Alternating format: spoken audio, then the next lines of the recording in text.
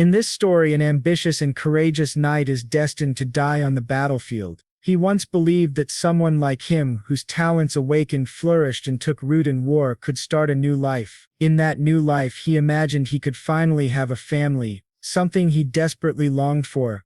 Unfortunately for him, it was nothing more than an impossible dream. The knight kneeling before us is none other than the famous Agrick of the Drenic Empire, the protagonist of our tale. His final opponent is another great knight named Duke Termion, one of the 6 Exa-class knights of the Ultion Empire. Even Agrick understands the weight of this challenge, especially after feeling the crushing pressure of the black aura that engulfed the battlefield after just a single day. Duke Termion finds it fascinating that Agrick remains steadfast, even knowing he faces one of the 6 Exa-class knights. He even laments that it is a shame to end the life of such a brilliant talent. But Agrick is far from surrendering. He rises to his feet, swings his sword defiantly, and declares that he was born on the battlefield, and there he will die. The two warriors begin to walk toward each other, their sheer auras throwing the area into chaos. The Duke points out that although Agrick is brave, there is still a trace of regret in his eyes. Termion continues, saying that Agrick could have been a formidable rival in the future. Then he charges his sword with energy and rushes at our hero, expressing hope that when Agrick gains a new life, he can let go of his regrets. With that, the Duke swings his blade. Before he draws his last breath, Agrick reflects on the war between the Drenic Empire and the Ultion Empire, which has lasted for many years. His mother was a victim of that war. He had been just a newborn when she died in the surrounding chaos, leaving him alone in this tumultuous world as an orphan. While other children played with toys and read books, he struggled to contribute to the war and fight for his kingdom. At 14, he was forced to take up a sword and was sent to his first battlefield. He fought bravely, and in that moment his talents awakened. The manhua in his heart amplified his movements and senses to levels he had never imagined. He began to rise through the ranks of the knights and amazed everyone by taming 3 manhwas, becoming a quad-core warrior with 4 cores. His dream of joining the 5 extra-class knights of the empire was finally within reach. He believed that this final war might bring peace to his weary life. So he fought his last battle valiantly, thinking he was on the verge of achieving everything he had ever wanted, until Duke Termion arrived. The Duke's mere presence caused everyone to scatter. Back in the present, the Duke's first strike shatters Agrick's sword into pieces, and his dream disintegrates before his eyes. The Duke's next blow pierces his heart. Agrick reflects that all he ever wanted was to create a family, but that hope is lost. The stab hurls him across the battlefield, and he crashes hard to the ground. The impact splits the earth around him as he slides, bloodied and broken. As he begins to lose consciousness, everything fades into complete darkness.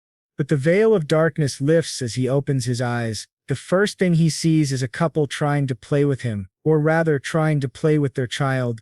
Agrick quickly grows impatient as he hears them calling him their son. His father lifts him up with a wide smile and calls him Dame, telling him he must become a fantastic swordsman and follow in his father's footsteps. His mother, named Dane Sogress, quickly snatches him from her husband's arms, insisting that Dane will become an extraordinary assassin instead. Her energetic husband, Dane Sogress, and his wife argue over which career their son should pursue, while Dane feels shy and confused by their debate. Apparently they are traveling by carriage toward their home, and the discussion continues the entire trip. Lily believes that infiltrating the shadows to assassinate targets and escaping unseen is far more exciting, while the father insists that the spear is the most beautiful and complete martial art. Such is the life of our hero. Just when he thought he was lost on that battlefield, he miraculously finds himself reincarnated.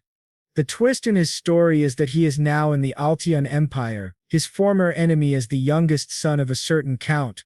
When the carriage finally stops at the mansion grounds, his parents reach a compromise and decide they will teach him both skills, but Lily still does not give up, stubbornly declaring that her son will become an assassin, while Arkan merely laughs, insisting that Dane will be a lancer. The carriage driver nods to signal their arrival, and both parents pause their debate for the moment.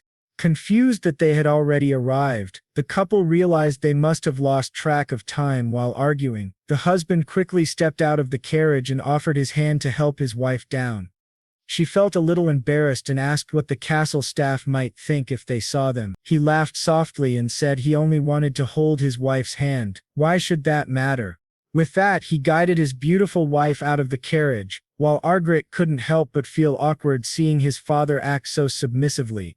Eventually his embarrassment faded as his eyes widened, taking in the grandeur of the castle. As they finally entered, Lily couldn't help but notice how happy Dime seemed to be back home. And why wouldn't he be? With a house like this and such wealthy parents, it would be easier for his talents to develop than he had ever imagined possible. 2 months passed after that day. We now find Lily talking to her son, who had begun to babble. She was delighted that he was finally making sounds, while the boy was equally fascinated to experience babbling for the first time, something he had never heard before. You see, chances to meet small children had been rare during his time wandering the battlefield. The few children he saw were often swaddled and crying with nowhere to go. Many mourned parents who had slowly succumbed to destruction and vanished. Compared with that, his new home was fortunate and prosperous, and he was relieved that he would not go hungry here. Suddenly, his father burst into the room with excitement, holding a spear in hand. He proudly announced that it was called a spear.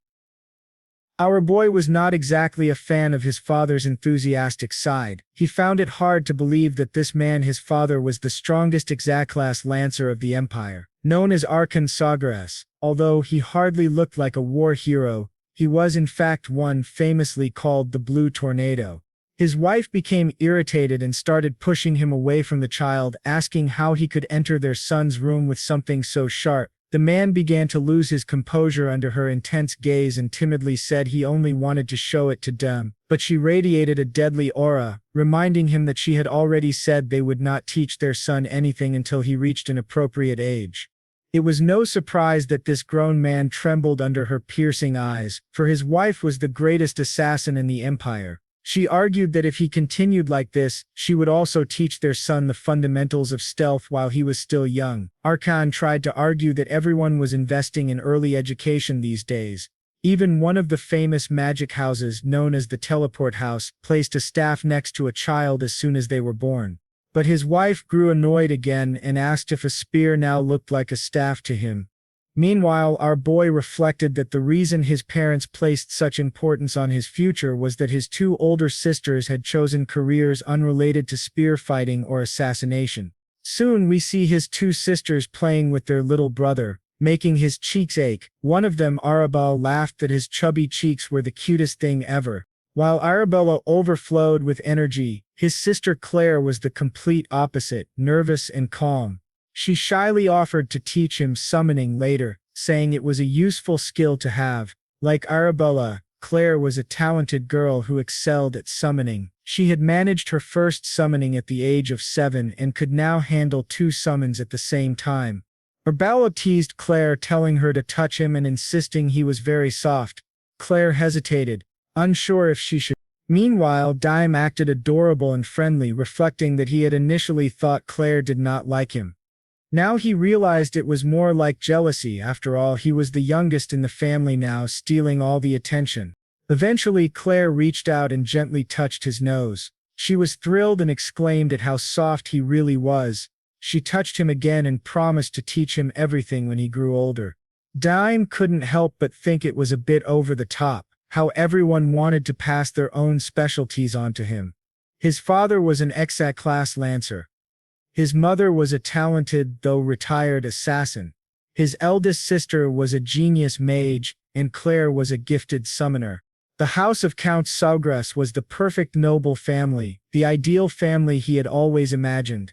He wondered whether there was any reason to seek revenge in this new life. Of course his death had been tragic, but that battlefield was just that, a battlefield. It was almost amusing to think about revenge now.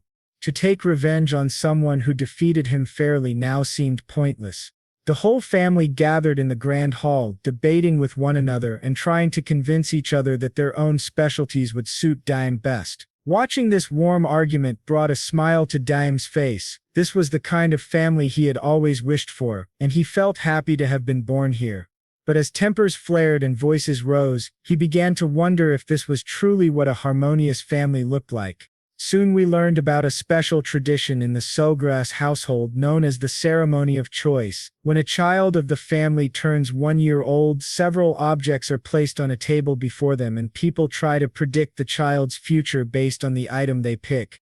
Today was young Master Daim's turn. He had just celebrated his first birthday, and now he would choose his path. Guests murmured excitedly, recalling how the older sisters had become a mage and a summoner.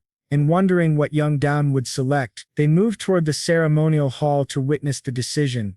Inside the great hall, Daim sat near 4 different items, each representing a distinct class. As the crowd gathered around the table, his mother told him gently that he only needed to pick what he liked. Yet Daim didn't seem sure what to choose. He glanced at his father, who was clearly hoping he would pick the spear. His father smiled, convinced that the little boy would be drawn to the dragon-tailed spearhead. This spearhead was apparently crafted from rare Dakran, and when infused with mana it became as sharp and heavy as the energy poured into it. His mother, meanwhile, looked proud and serene, thinking Daim was far too handsome to become an assassin, but she was still certain he would choose the dagger. This was no ordinary blade, it was called the Night Horn, forged from ethereal ore capable of holding every element and storing multiple poisons. Their eldest daughter was equally confident that her little brother would carry on the mage's legacy and choose the enchanted pouch. This was no common bag but a special subspace pouch, usable only by those with magical talent. Claire, quiet as always, wondered shyly if Dad might become a summoner. Before him lay a summoning sigil, a tool for summoners to receive a code aligned with their talent, allowing them to call forth their creatures. But Daim was confused and uncertain, because he could literally hear the thoughts of every family member. After a deep sigh, he finally made his decision. Crawling toward the objects, he stirred a wave of excitement through the crowd. As he picked up speed, his parents and sisters beamed with pride, cheering him on in their own ways. His father encouraged him to choose something strong and resilient, while his mother urged him to pick something short and sharp. As Daim neared the table, a golden light suddenly shone from all 4 items at once. He had no idea what was happening, and neither did his family. The crowd, however, gasped in shock and excitement as they realized that all 4 items had reacted, something completely unheard of. They couldn't help but admit that the young master seemed to be a once-in-a-generation prodigy. Daim was just as astonished. He remembered how talented he had been as a soldier on the battlefield, but in this life he felt he was on an entirely different level. Little Arabella asked her father what they should do since nothing like this had ever happened before. Both parents looked equally bewildered, realizing this meant they would need to teach their son all 4 disciplines. Their conclusion stunned the other guests, while Daim only smiled warmly in response. Time passed and we next found ourselves in a training hall where the sound of clashing weapons rang out. It was none other than Daim and his father sparring. Our boy had grown a great deal since we last saw him. Just 30 seconds ago it seemed. Agrick grinned broadly at his son's impressive progress, proud that Daim had mastered the technique he'd taught earlier. The boy thanked his father, and we learned that Daim was now 7 years old. As they shared a cheerful laugh, a man suddenly appeared, carrying a spear. Daim watched with curiosity as the newcomer presented it. Agrick had clearly been expecting the delivery. He quickly took the spear and offered it to Daim, explaining that this was his birthday gift. Agrick said he had originally planned to present it during the official birthday banquet, but wanted Daim to have it before his mother's gift. He added that he had been preparing this spear for 2 years and had commissioned it from a renowned craftsman in the capital. He wished his son a happy 7th birthday in advance. Overjoyed, Daim immediately set aside his old practice staff and grabbed the new spear, declaring that he would use it because it was simply amazing. He admired how the black shaft and the silver spearhead complemented each other, and he was surprised by how light it felt. His father asked if he liked it, and he replied that he loved it. In fact, he was so excited that he immediately began to twirl it in his hands. His father then asked if he knew the difference between a sword and a spear.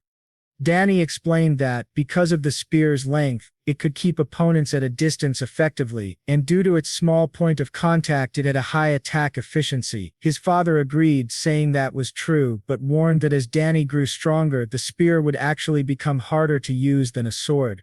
He pointed out the fundamental problem with spears. To attack properly, you needed to maintain a minimum distance between yourself and your opponent. Still, he told his son not to worry too much, since every weapon had its pros and cons. Even swords, often called the perfect weapon, could be weak in certain situations.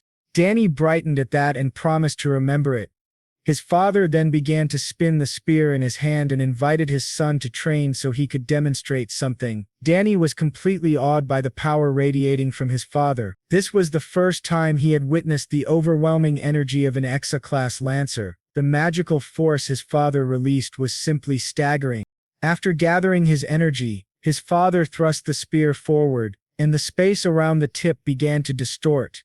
He explained that the distortion occurred because he had released his magical power while wielding the spear. This technique used the core's ability to concentrate magical power in one place. Danny remarked that he had heard about this from his sister and explained that humans could surpass their physical limits as the number of their mana cores increased, which meant their potential could expand. He reflected that in his past life he had possessed a quadruple core, and all this knowledge came from that previous existence.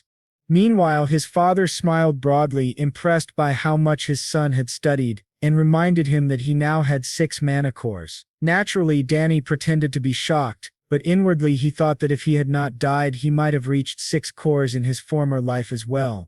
His father encouraged him to try the new spear. Danny hesitated, but his father told him to relax his mind, forget his worries, and simply thrust the weapon. Danny agreed, and as he held the spear, he reflected that in his past life he had never been interested in spears. Having discovered a talent for swordsmanship back then, he had used spears only as a secondary option. Now at last it was time to truly try.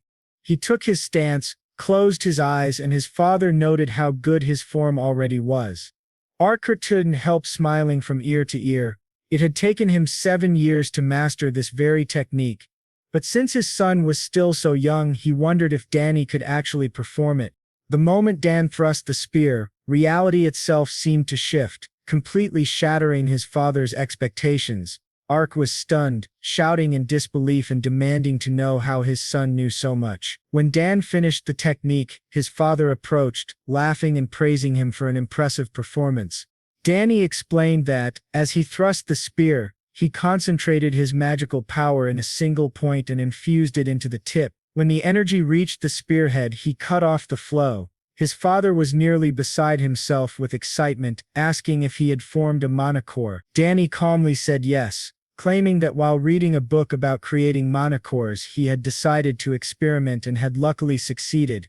Of course, he was lying. The truth was that he had formed the core while practicing mana breathing. His father knelt to meet his eyes, unable to hide his pride. He was certain that one day his son would become an extraordinary warrior. Danny only smiled faintly, thinking of all the surprises he still had in store that would surely astonish his father. Agrick, meanwhile, wondered whether his son might truly become a mage, a lancer, an assassin, and a summoner all at once. When night fell, Dane's 7th birthday celebration finally began. Guests filled the castle as music and laughter echoed through the great hall. Everyone was enjoying themselves immensely. Among the guests was Duke Bateau, the very man who had killed Dan in his previous life. When Agrick saw him, he called out to start a conversation.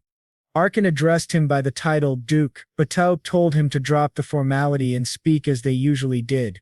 As we know, Duke Bateau belonged to the imperial house of Elan and was the head of the Termian duchy.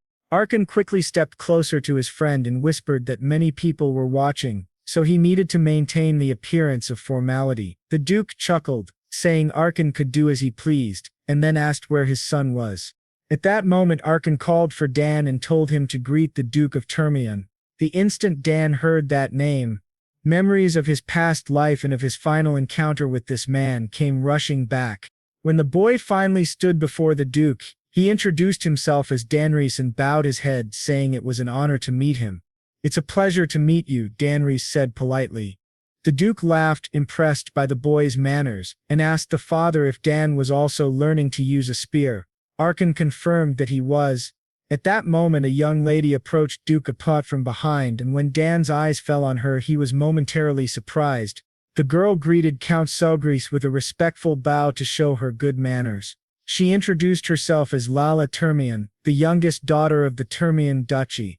After the introductions, the celebration continued. The guests enjoyed the music and the beautiful night, but the same could not be said for Dane Sogress and Bal Termian. The reason was that the Baroness of Termian remained ill. Despite Bal's best efforts to find a cure or treatment, nothing had worked. Arkan hoped this was only a temporary trial and that his friend's wife would recover soon. Still, Bal warned that if he suddenly disappeared, it would mean his wife's condition had worsened and he would use a teleportation path to return to the capital. For now, though, it was Dan's party, and Dan had quietly slipped away. To Bal, the boy seemed clever and he wanted to talk with him more. Arkan also realized that his son had disappeared, along with Layla. Finding them was easy enough. The two had gone for a walk together. They likely found the formal party as dull as many other noble gatherings. What they were talking about, however, was a mystery to their parents. Layla was especially talkative. To be honest, she disliked following her father to all these noble parties, but this time she was glad she had come. She had heard many times how handsome Dan was, but under the moonlight he looked even better, and she liked this quiet place. Dan was happy to hear that. Unlike the bustling capital, the Sogress family's territory was peaceful and calm. That was why Layla envied him. At her own home there was always something happening. Nobles arrived every day with business proposals and offers for her father. Sometimes even the imperial family appeared, and every single time someone visited she had to dress formally and go out to greet them. Something she absolutely hated. Instead of all that, she wished she could wear something simple and practical and practice with her sword all day. Dan was surprised that such a small and seemingly delicate girl practiced with a sword instead of magic. He himself loved his quiet territory. It wasn't as hectic as the capital, which gave him plenty of free time to train with the spear that he simply adored. Layla was startled at first to learn he trained with a spear, but then she remembered his father's nickname, the Blue Whirlwind, and everything made sense. She had often heard her father speak of how amazing the Blue Whirlwind was. Since Dan practiced so diligently with the spear, Layla assumed he wanted to enter the academy. Yet that wasn't his reason at all, and her surprise was evident when he said so. For her, training hard to get into the academy was the obvious goal. She had heard how incredibly difficult it was to gain admission. Dan, however, didn't doubt for a moment that he would be accepted. He trained simply to become even better once he entered. Layla could hardly believe his confidence, so she asked what he would do if he failed. Even in that case, he said calmly, he wouldn't be upset or give up. He would simply try again. And if he failed a second time, he would take it as a sign that this path wasn't meant for him. Layla found such a carefree attitude toward the future astonishing. She asked if he wasn't afraid of disappointing his family or his home. Naturally, our hero wasn't worried at all. Compared with the hardships of his past life, this was nothing. Layla, on the other hand, couldn't help but envy him. In her family, failure was unacceptable. Although Dan had lived among nobles for 7 years, he was still surprised by how petty they could be about such things. As for Layla, he had no doubt she would succeed. When she heard his encouraging words, she brightened immediately and offered to show Dan her sword skills. Our hero was a bit surprised by her enthusiasm, but there was no stopping her when an opportunity to practice appeared. Layla immediately asked where the training grounds were, and Dan had to guide her there, hoping nothing would go wrong. At the training field, Layla held nothing back. She executed one movement after another like an experienced swordswoman. To an untrained eye, her techniques might have seemed flawless, but our hero was far from a beginner. Watching her carefully, he had to admit that her transitions from attack to defense and back again were impressively smooth, and the timing of her strikes was excellent. But there was one flaw. After a while her movements lost their rhythm, and the fluidity began to fade. Breathing hard after the exercise, a satisfied Layla asked him what he thought of her skills. At first Dan wasn't entirely honest. He told her she had performed wonderfully, and that he enjoyed watching. Layla was quite pleased with the compliment, but Dan decided to be truthful. He pointed out that she still had room for improvement. For example, after the third form she was taking a half step more than necessary, and that extra half step appeared again in the following forms. Those repeated half steps The extra half steps made the later sword forms slightly misaligned. Such criticism left Layla speechless. She looked as if she might cry, and Dane began to wonder if his remarks had been too blunt. He even started to apologize for upsetting her, saying he might be wrong since it had been a long time since he'd watched a true swordsman, but his worry was unnecessary. Layla quickly regained her composure and gripped the sword more firmly. Now she understood her mistake. She repeated the training movements again, and this time they were flawless. Dane's advice had been the missing piece that brought her technique to perfection. Her joy and gratitude were boundless. She even hugged Dane. Our hero tried to resist, but not very successfully. Layla was simply fascinated by how much he knew about swordsmanship. In an instant she realized she had been practicing incorrectly all this time, something her teachers had never mentioned. She promised to remember his help. Eventually she let Den go, almost suffocating him in her arms, but then nearly cut him with the sword as she released him. That little lady really needed a lesson in organization. Den was caught off guard by the sudden embrace, though he couldn't say he disliked it. Of course, their private moment was soon interrupted by the shouts of servants searching everywhere for them. They had already taken enough of a break from the banquet and didn't intend to hide. They hurried back so they wouldn't be discovered at the training field. When they returned, Dane became the center of attention as his parents officially congratulated him on both his birthday and his first manticore discovery. Naturally, they presented him with a gift, a brooch bearing the family crest, similar to those worn by his older sisters. His mother advised him to treasure it, as this brooch would now serve as proof of his status and honor. After his parents, all the guests joined in offering their congratulations.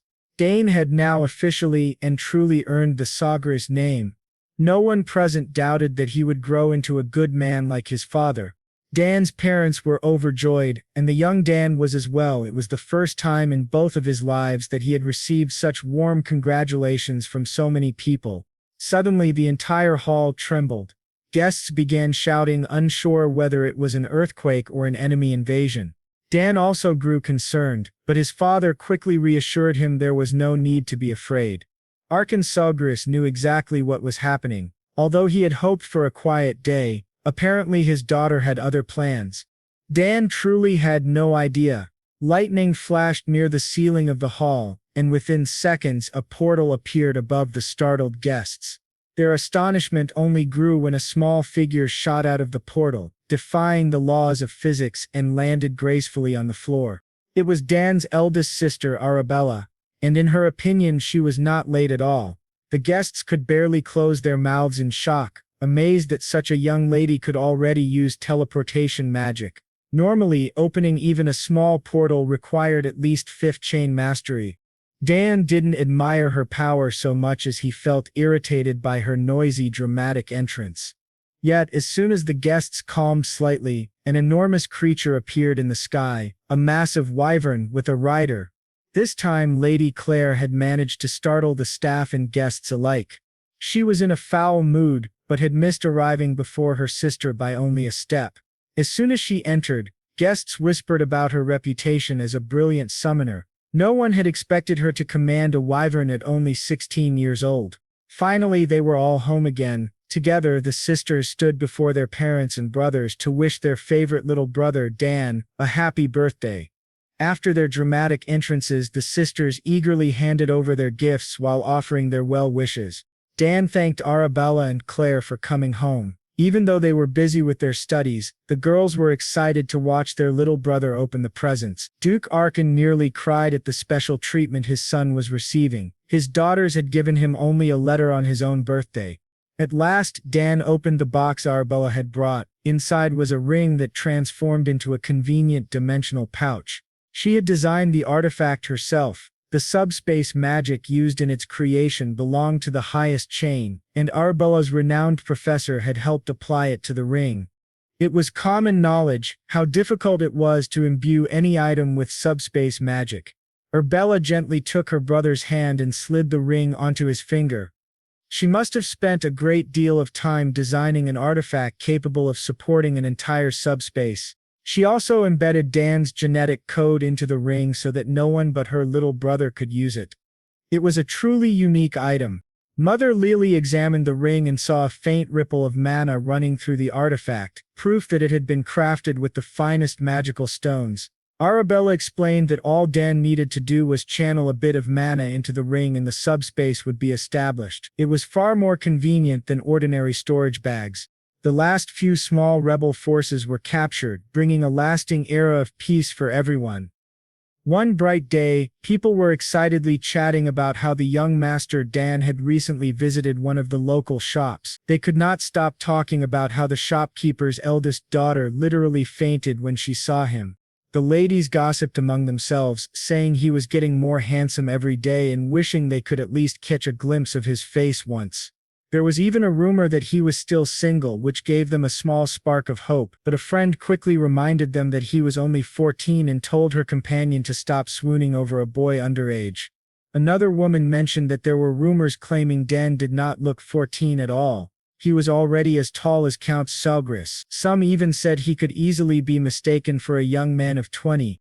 Enough gossip. Let's see how our young man has grown. We shift to the outskirts of the county of Sogress, an area infused with ancient magic known as the Forest of the Last Days. Here, Dan is on a special mission assigned by his mother Lily Sogress. We catch a glimpse of him holding a spear in one hand and some kind of cloth, probably a map or something similar in the other. Whatever it is, he has already charted his course. With only 3 hours left before sunset, he knows he must leave the forest before nightfall. He begins his journey, leaping through the trees with the agility of a ninja. The most important thing in this mission is to avoid being caught by his enemies. This time, Dan must dodge traps and escape the forest, which is full of every kind of hidden danger.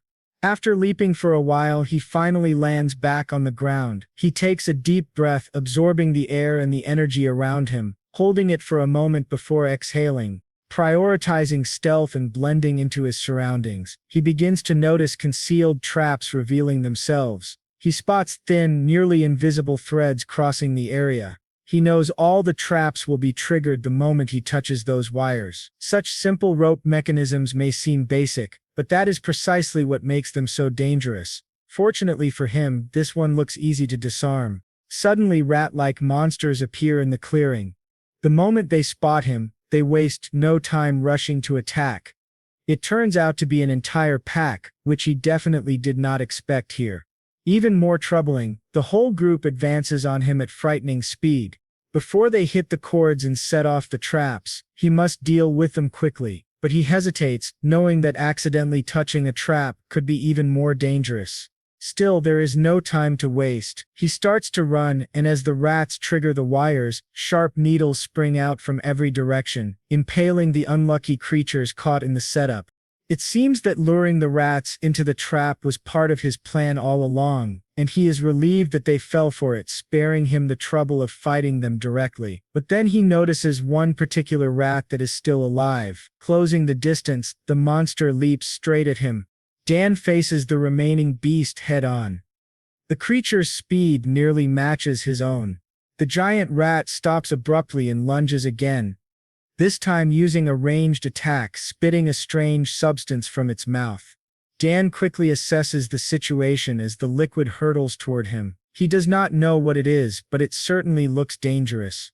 He spins his spear and deflects the attack with precision. The young warrior grits his teeth, realizing he cannot afford to waste more time defending. Every second is precious. It is time to turn the tables and strike.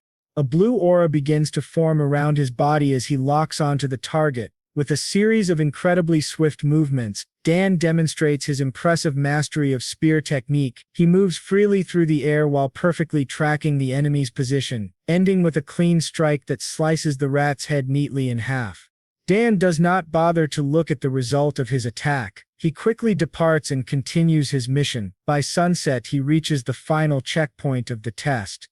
Completely exhausted and gasping for breath, he fights the urge to vomit. At least he has finally escaped the forest and all its horrors. Suddenly he senses a fierce presence emerging from the trees and worries that his fight is not over. He jumps to his feet, regretting that he let his guard down to rest. Just as he is about to confront the presence, he stops. It is only his mother, Lily. She had intentionally allowed her presence to be felt to test how Dan would react, and he passed. Moreover, his total time through the forest was 3 hours and 30 minutes, even faster than Lily's own record. She had been watching the entire time. After all, a mother cannot simply leave her child alone in such a dangerous place. Lily knew better than anyone how talented her son truly was, but a mother's view is always a little different. Through this trial that Dan had practically mastered, she could not find a single flaw in his survival skills or adaptability. She affectionately pinched Dan's cheeks and remarked that, at the pace he was progressing, he could be recruited as an assassin.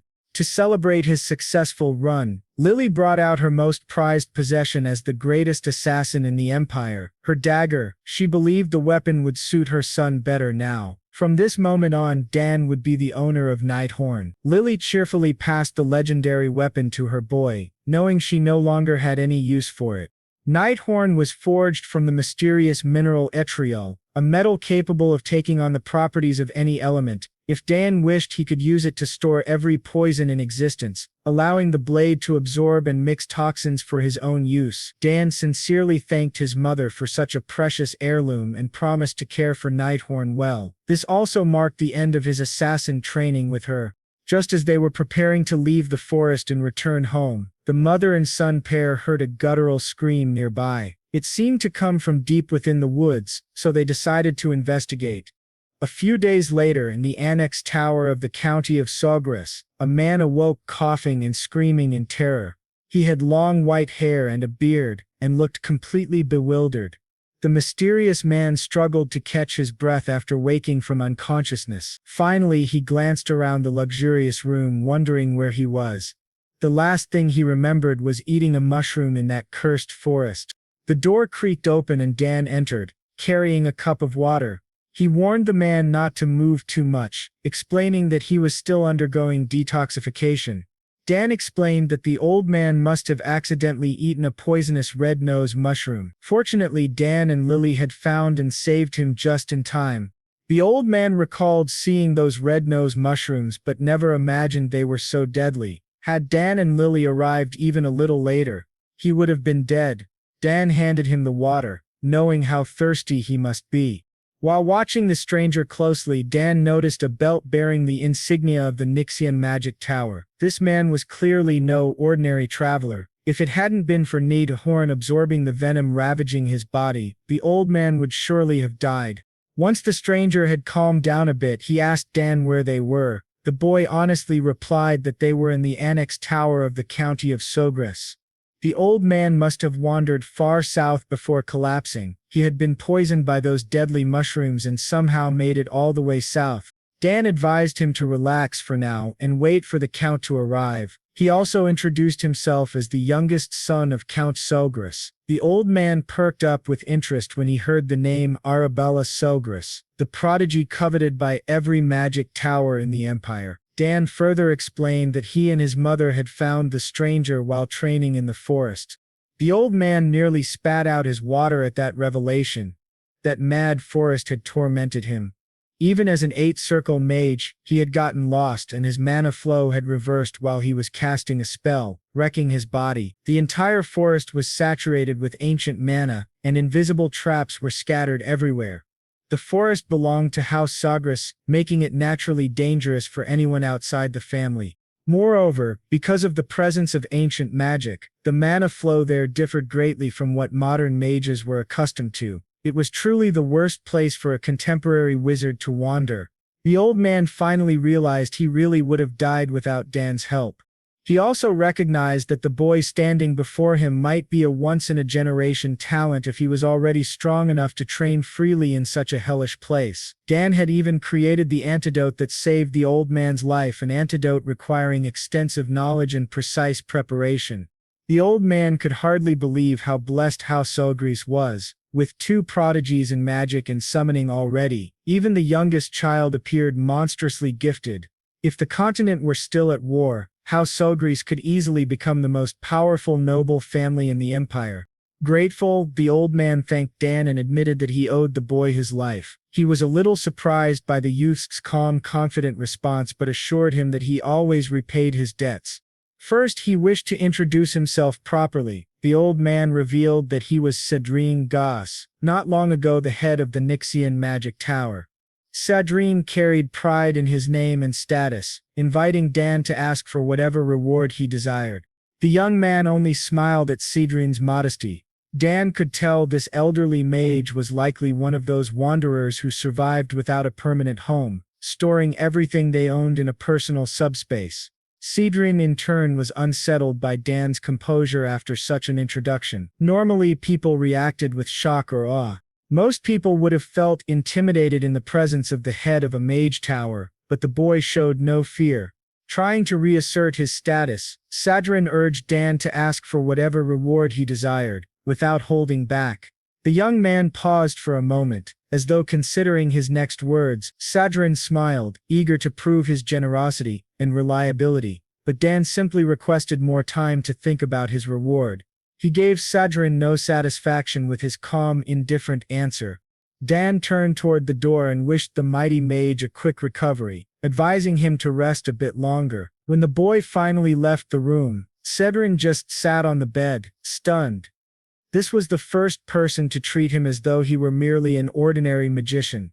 Originally, the old mage had planned to leave after a day or two, but now that would not be the case. He had just found a fascinating child in the south and wanted to learn more about Dan. Later, Dan casually explained to Herman who Cedrine really was, and the attendant eagerly clarified that 8 circle mages sit at the very top of the magical hierarchy, the elite of the elite. This meant an extraordinarily influential figure now owed Dan his life. On this continent, magic towers function almost like independent nations, sovereign in their own right, that made Cedrine an immensely powerful person. Still, it remained a mystery why the head of a magic tower had been wandering through the forest in the first place. But then again, that was no ordinary forest. Mages called it the Forest of the Last Days, a forbidden zone. The name alone made it clear that it was not the kind of place ordinary people should ever attempt to enter. Dan glanced at the sword in his hand and asked Herman to procure a new one for him. The blades he had been using had become too light and short for his growing body. Fortunately, the Count had brought back an entire collection of weapons as spoils of war. Tomorrow Dan could begin training with a proper longsword. For now, he would finish his current practice session using only the lighter blade. Thinking further, he remembered the crest that Duke Termian had once given him, a free voucher to have any weapon forged to his liking. 7 years had passed since that day. Looking back, Dan recalled those times with fondness. If he ever traveled to the capital, his first stop would certainly be the Duke's territory. After training, Dan met his father outside the practice hall. He had expected his father to be busy with affairs outside the castle, but surprisingly the Count had returned earlier than planned. Matters abroad had concluded sooner than expected, and the Count had hurried home to meet the head of the magic tower recovering in one of the guest rooms. He hoped that Cedrine could perhaps help, since Arabella would soon need a skilled master. Dan even considered asking the mage to guide his sister, though he was not sure the old man could handle her fiery temperament. He had heard that Arabella once punched one of her veteran instructors for being annoying. In any case, Count Sogress praised his son for doing the right thing and saving a life. Dan insisted he had merely done what anyone should, but it was still an act few could accomplish. He had truly grown into an exceptional young man. Over the years, it had become harder and harder for the Count to even glimpse the faces of his daughters. Ibebula had finished her extended semester and was now selecting a magic tower to join, while Claire had been appointed an assistant professor. Such was the cost of having extraordinary children. Of course, Claire and Arabella were exceptional in their own right, but the Count also held high expectations for his only son. He often wondered how the world would react to a man of such wide-ranging talents. The Count looked forward to the day when his rival Balt Termian would witness how much Dan had progressed. Years had passed since Dan's reincarnation as the son of House Sogress, but the thought of crossing swords with Duke Termian still filled him with determination.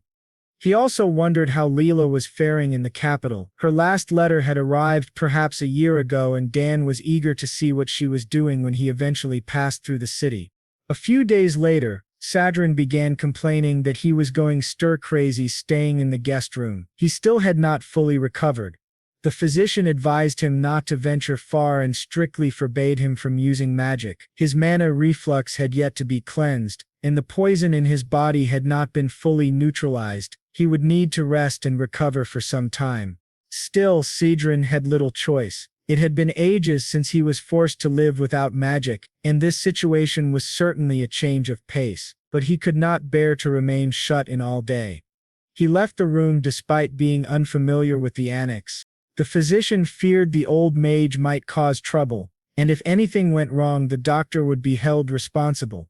In the few days Sidran spent drifting about the guest quarters, the housemaids began spreading rumors about the eccentric old man. People often said that mages were either geniuses or lunatics. Some of the maids reported seeing Sidran wander up and down every floor of the annex dozens of times. Now he was simply standing in the garden, staring at flowers for hours on end. The servants had heard that the old man was supposedly an incredibly powerful mage, but all they had actually seen was a crazy old eccentric. They worried about what he might do next.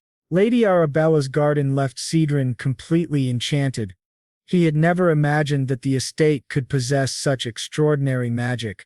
Dan approached the old man, having searched everywhere only to find Sidran in the garden. Sidran was not particularly interested in staying confined in a foreign place until he fully recovered, but everyone wanted the best for him. Still, he felt compelled to step outside. The area was certainly a perfect place to rest and heal, and he understood why so many nobles traveled south when the holiday season began. Dan loved the south as well, which made it a shame that he would soon have to leave. Curious, Sidran asked the young man where he was headed.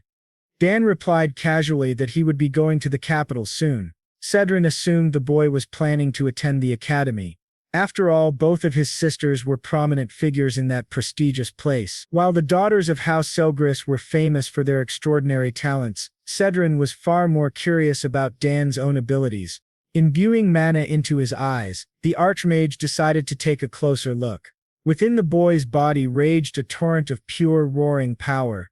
Sidran's eyes widened. He had never seen mana so dense. The sheer concentration of energy was unprecedented. If the geniuses of Dan's age could be compared to a gentle stream, then Dan was a raging river sweeping away everything in its path.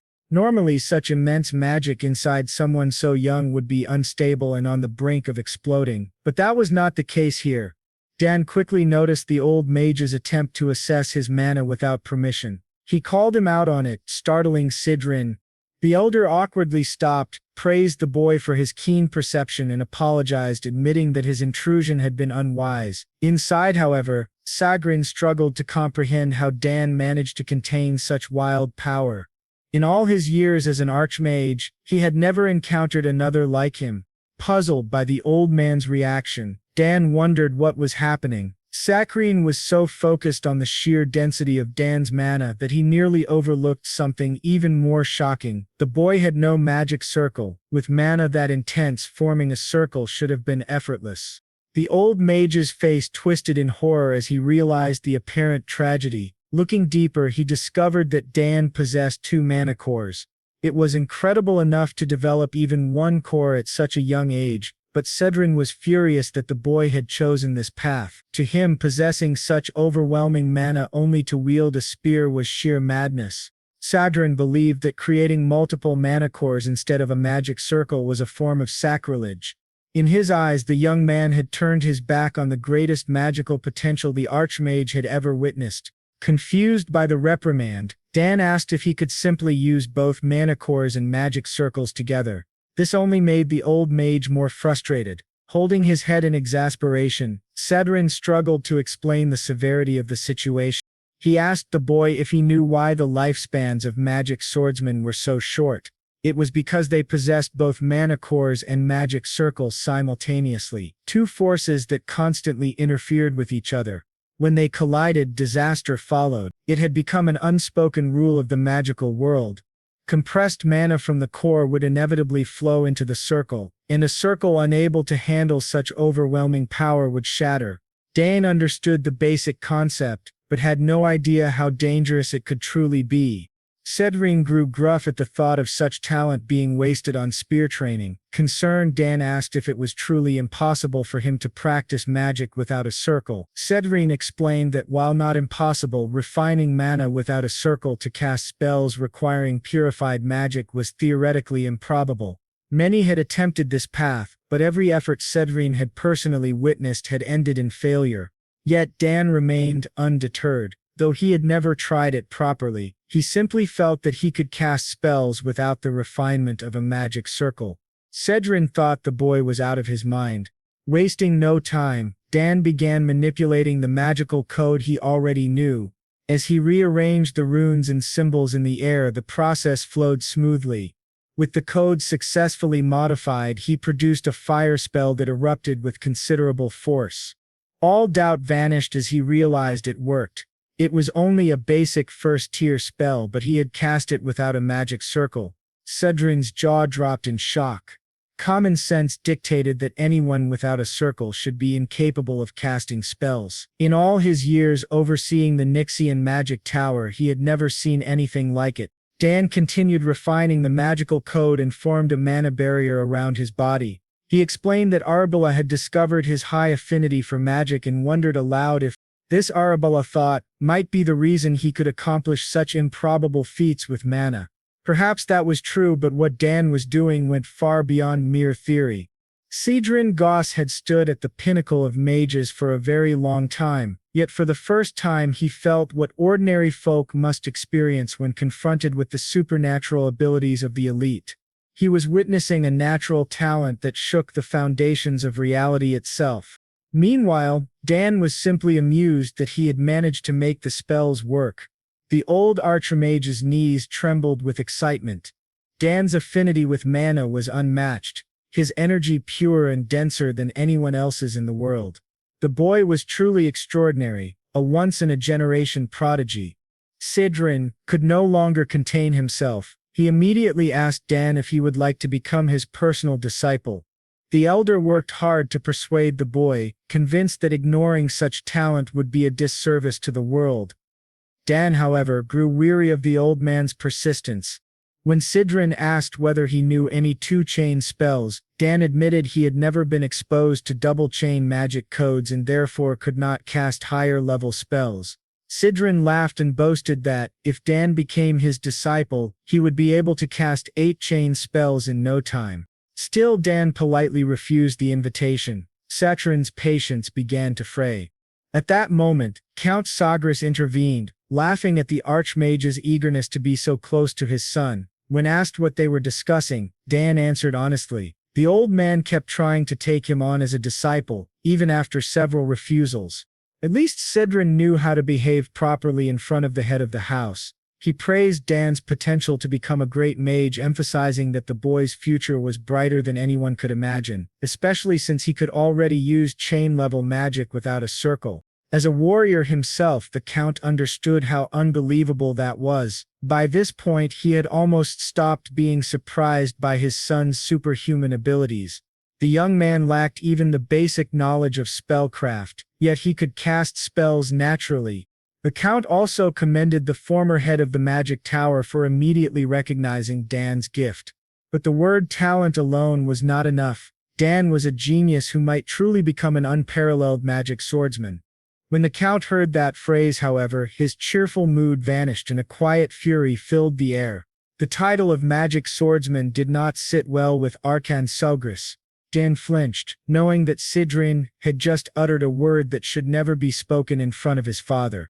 Failing to notice the change in atmosphere, Cedrine kept pressing the idea of Dan becoming a magic swordsman. He even promised to take full responsibility and turn the young man into the most powerful fighter in the empire. By the time he sensed the Count's rising anger, it was already too late. Count Arkan shouted at the top of his lungs that his boy would not become a magic swordsman. Cedrine argued that combining swordplay and magic would be the perfect path for a genius suited to both arts. Arkan retorted again and again that his son would never be a magic swordsman. If anything, he would be a magic lancer. Finally understanding the problem, Dan stayed as quiet as possible while his father calmed down. Poor Sidrin had never encountered a family as unusual as the Sogresses. Among mages, taking on a disciple carries profound meaning. Powerful sorcerers typically choose their successors through an act known as inheritance, a tradition passed down from ancient times to the present. Even after universal magical education became common, what Sidrin sought was not merely a disciple but a true heir to his life's work and the legacy of those before him. The fact that an 8-chain archmage was still desperately trying to recruit him gave Dan enormous confidence in his own talent and potential. He felt a strange, stirring sensation within himself. Now more familiar with the fundamentals of magic, he remembered a gift Arabella had given him a few years earlier, a crystal ball he could use to see his sister whenever he wished. At this moment, seeking Arabella's opinion might be wise. Dan retrieved the crystal ball and infused it with his mana, calling to his sister telepathically. She was studying in the academy library when she suddenly heard his voice, and was pleasantly surprised. Arabella immediately set aside her work and smiled with delight at her little brother's contact. As expected, even Arabella was shocked to learn that Dan had managed to cast a one-link spell without a magic circle. She had always known his affinity for mana was abnormally high, but she had never imagined it could reach such a level. The circle, after all, serves only to purify and channel energy. Perhaps Dan's mana was already pure enough to be used in its raw form. To test this, Arabella decided to send a mana stone through the transmission device in Dan's room to examine the purity of his power. It was a relief for Dan to have Arabella helping him with these matters. She was already an established 6-chain mage, and her support had been incredibly comforting. Arabella believed that since Danny could already use chain-level magic, attracting attention at the academy would be inevitable, but that was the last thing he wanted. Still, it could not be avoided. True talent always draws the eyes of the masses. Arabella assured her little brother that she would completely crush anyone who dared to bully him. Speaking of bullies, Danny asked his sister about the rumor that she had broken the nose of a senior student, the second son of the Duchy of Duel. Just thinking about that clinging nuisance made Arabella bristle with irritation. Realizing she was taking the call in a public space, she forced herself to calm down. In any case, with enough time, she theorized that the purity of Dan's mana would continue to increase, one of several possibilities they could consider. Unfortunately, their discussion had to be cut short when a professor called for her. They said their goodbyes and she promised to send the previously mentioned mana stone. The realization finally hit Dan. He might be walking a path that had never existed before. With the extraordinary purity of his mana, he even joked that perhaps the heart of a dragon was beating in his chest. Meanwhile, Sakrin was still confined to the annex to recover. Using a bit of mana to inspect Dan had worsened his magical reflux, meaning he might have to stay longer. If only the boy would accept his offer, he could inherit the most illustrious legacy among mages. Sakrin wondered how he might entice the young man to join him if Danny wasn't even interested in learning 8-chain magic. Perhaps he should offer some grand, priceless artifact, or pass on a refined inheritance handed down through generations. But if he gave away his treasures too quickly, he might be left with nothing. While he was racking his brain for ideas, Dan knocked on the door. Sadrine wondered if the boy had come to apologize or perhaps even changed his mind about the offer. Dan explained that he had something he wanted to discuss. The old mage immediately assumed the young man had reconsidered becoming his disciple, but Dan quickly put a stop to that notion. It wasn't that he lacked interest in magic. Sadrine asked if Dan already had a master and that was why he kept refusing, but that wasn't the case either. Thinking he was being toyed with, Sadrine asked what the boy really wanted to say. It was simple. Danny still didn't know the rearrangement code for 2-chain magic. Learning from his sister would be difficult since she was far away. In the end, the best method would be to learn from Sadrine himself, a literal archmage. After all, the old man still owed him for the rescue, so refusing such a request outright wasn't possible. Dan admitted that he didn't want to follow only the path of a mage. He wouldn't become just a magic lancer. He also wanted to be a magical lancer summoner assassin. As far as Sadrine knew, something that outrageous didn't even exist. To make it worse, Dan added swordsman to the list as well. The absurdity of the boy's aspirations completely exasperated Sadrine. To reach such a complicated title, Dan had to set his own limits and refused to become the disciple of the former head of the magic tower. From the young man's determination, Sidrin could see that Dan's mind was made up. Then an idea came to the old mage. He stood and asked if Dan would be interested in a letter of recommendation. Since the boy aimed to enter the academy, receiving a recommendation from the former head of the magic tower would be a tremendous boost to his reputation. Danny thought about it briefly and realized it was by no means a bad offer. He accepted the letter of recommendation and while they were at it, made another request. Sidrin chuckled quietly to himself, thinking the young man had finally come around and that he could at last begin to secure influence over an unparalleled genius. Seeing the old man in a generous mood, Dan asked if he could also learn the rearrangement code for two-chain magic. That would not be a big problem for someone like Sidrin, who knew the rearrangement codes for all existing two-chain spells. After all, Danny was still young. Giving him a recommendation letter for the academy and a few two-chain magic codes was no great burden. Although Sidrin wasn't in peak condition, he could begin the lessons immediately. Dane smiled slyly to himself. He had just scored a major victory. Extending his hand, he declared that with everything settled, they could consider Sidrin's debt for being saved fully repaid. The old mage himself had said that, since he owed Dan great gratitude, the boy could ask for anything, and here Dan was, asking for exactly what he wanted. Sidrin actually enjoyed being manipulated in this way, convinced he was finally getting a disciple, but Dan's answer to his invitation remained the same, a firm, resounding no. The old man had been outwitted by a 14-year-old. Refusing to give up, Sidrin insisted that the boy had requested 2 favors when he was owed only 1. The young man disagreed, however, standing by his clever bargain. The very fact that this was more convenient than normal dimensional bags made the artifact priceless. From what Dan remembered, such a tool was something only the wealthy used on the battlefield.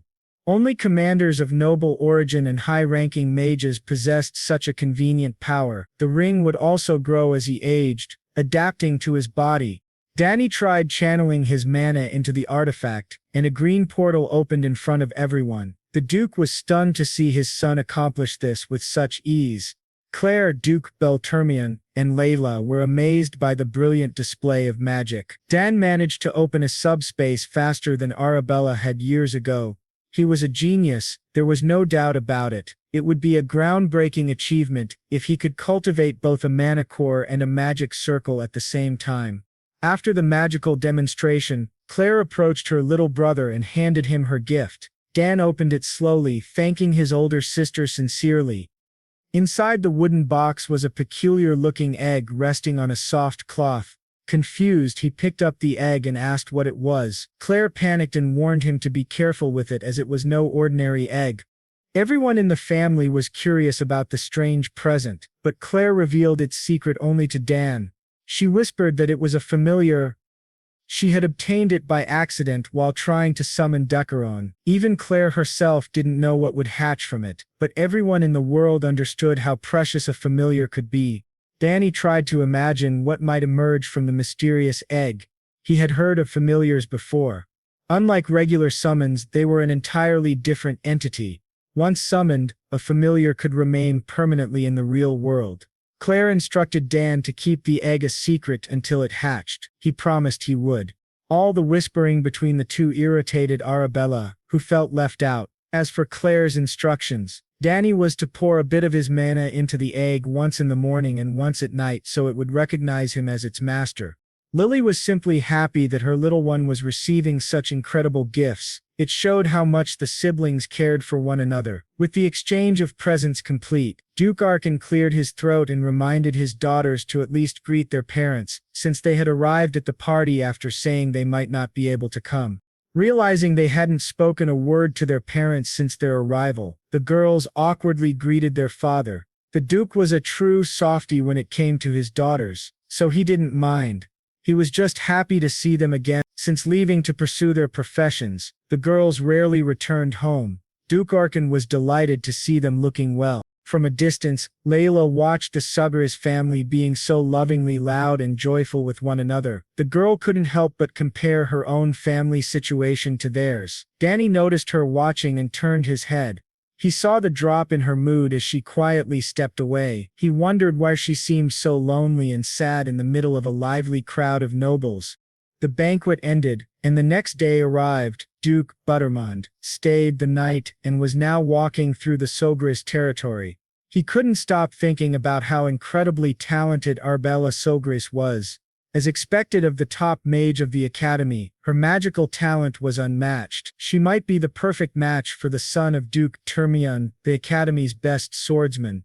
If the Sogress and Termion houses could unite through a marriage between the two, it would create a faction powerful enough to rival even the imperial family. If that happened, no one could challenge either house or their children. So Duke Termion decided to raise the question of engagement between their eldest children in today's conversation with Arkan. On his way to meet the other Duke, Termion heard the sound of clashing steel nearby. It came from the training grounds. Someone was honing their technique incredibly early in the morning. Of course, it was Dan, fully focused on refining his spear skills. He had become truly deadly with the weapon. With years of training under his father and an intense work ethic, he was long ready for combat. Dane's concentration was unparalleled. He moved with the fluidity and precision of a veteran warrior, striking multiple lethal blows as he darted across the training field. He increased his speed even further, intensifying his rhythm. Finally, his arms blurred as he delivered countless spear thrusts in a short span of time. Curiosity got the better of Duke Termion, who ended up watching the boys training from a distance. He was pleasantly surprised to see the youngest son of House Sogress pushing himself to the extreme. With his experienced eyes, the Duke could discern how incredibly refined Dane's technique was. His movements and focus were nothing like those of a 7-year-old boy. Even his simplest strikes were honed to a terrifying degree. Everything was executed with perfection that veteran spearmen with years of battlefield experience could still learn from him. When Dane finally finished his last sequence, he was breathless. Duke Termion was completely impressed from start to finish. What he had just witnessed seemed impossible. He had heard rumors. The rumors about the young Sogress possessing incredible talent, even as a baby, had always seemed like exaggerated gossip to Duke Termion. Now he knew those rumors were true. After a brief pause, Dane resumed practicing, this time focusing on his movements and posture. As one of the strongest swordsmen in the region, the Duke could not help but notice that the boy's stance and movements resembled those of a master swordsman. He began to consider that the child might have learned swordsmanship at a high level at such a young age. Eventually, Dane sensed someone watching him from the doorway. He brandished his spear, ready to strike, and warned the observer to step out instead of hiding. Duke Termion, excited yet embarrassed, realized he had been discovered by a mere boy, not his proudest moment as a seasoned warrior. The more he thought about Dane's footwork, the more strangely familiar it seemed. He was certain he had seen that same pattern somewhere before. The Duke stepped forward and apologized to Dane for eavesdropping on his private training session, insisting he meant nothing suspicious. Seeing that the onlooker was Duke Termion, Dane felt guilty for speaking so sharply. Though he had lived in this body for 7 years, this man was still the one who had defeated and killed him in his previous life. Remembering his etiquette training, Dane greeted the Duke formally. Duke Termion confessed that he was fascinated by the boy's morning training and apologized again. But Dane held his ground, replying that he was forgiven. The Duke found amusement in the child's courage to speak as though they were equals. Now that he was closer, Termion noticed that the boy's body showed no signs of fatigue or trembling despite the intense workout.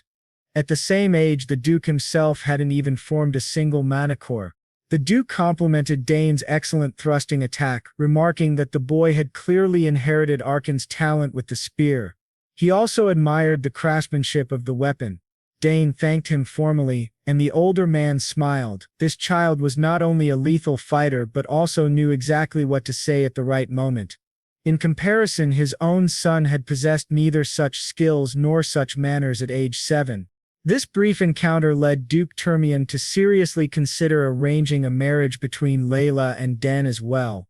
Casually, he mentioned that his daughter had also been training in swordsmanship. Since they were of similar age, he suggested they look out for each other when they entered the academy in the future.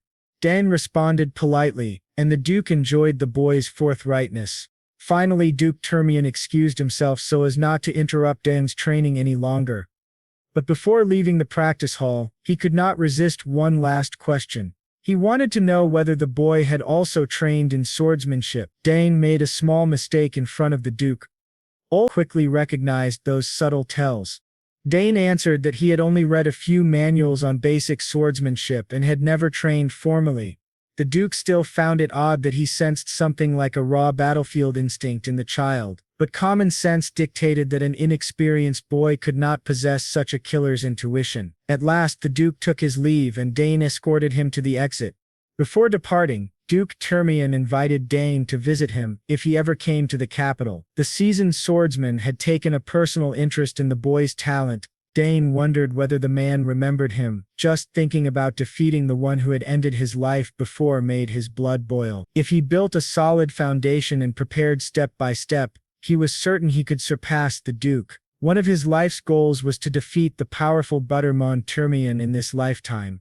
Continuing his training, Dane lost track of time, and Hernan, his attendant, had to come fetch him. Hernan had been silently watching the boy from the shadows, always ready to meet his needs. With Hernan's quiet presence, Dane realized that this man might have enough talent to learn assassination and stealth skills himself. Everyone was busy preparing for the second banquet of the celebration. Some nobles had already begun to arrive. Gathering more than 30 noble families on the exact date was no easy task. As for Dane's sisters, they had already opened a teleportation portal and returned to the academy together. They had midterm exams coming soon. For now it was time for Dane to wash up and dress.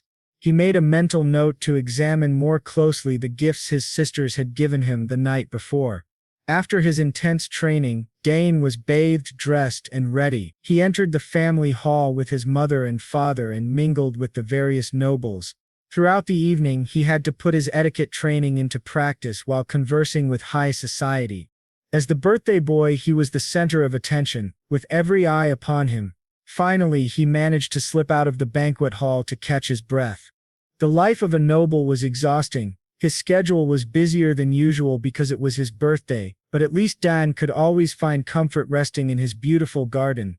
Mr. Garner had worked hard to cultivate this special place into a scene of peaceful beauty. Dane gazed at the flowers in full bloom, bursting with unique colors as butterflies danced around them. He remembered his older sister explaining how flowers held more natural mana than most things. Since he had a bit of free time, he decided to analyze the mana in those flowers. Closing his eyes, he focused on the natural flow of magic in the air. Without opening them, he began to grasp the concept his sister had described. He started to feel the mana within the flowers. Though he had been training in several disciplines, he had not seen notable progress in wizardry or summoning magic. He struggled to decide which field deserved his time. Having too much talent could be a curse at moments like this. He was practically suffering from success. After a few minutes immersed in the garden's natural mana, he finally sensed the energy inside the flowers. He could hardly believe something so small could hold such a powerful current. If one could feel the flow of nature and somehow make it their own, that principle could settle into the body to form a magic circle. That was exactly what was happening now. It helped that his body's mana affinity was already tremendous. He could clearly see what others might only sense vaguely with a sixth sense. Just a single visit to the garden had sharpened his mana perception enormously. What he had barely seen before now became crystal clear. He was on the verge of understanding the inner workings of magic when he suddenly felt something shatter.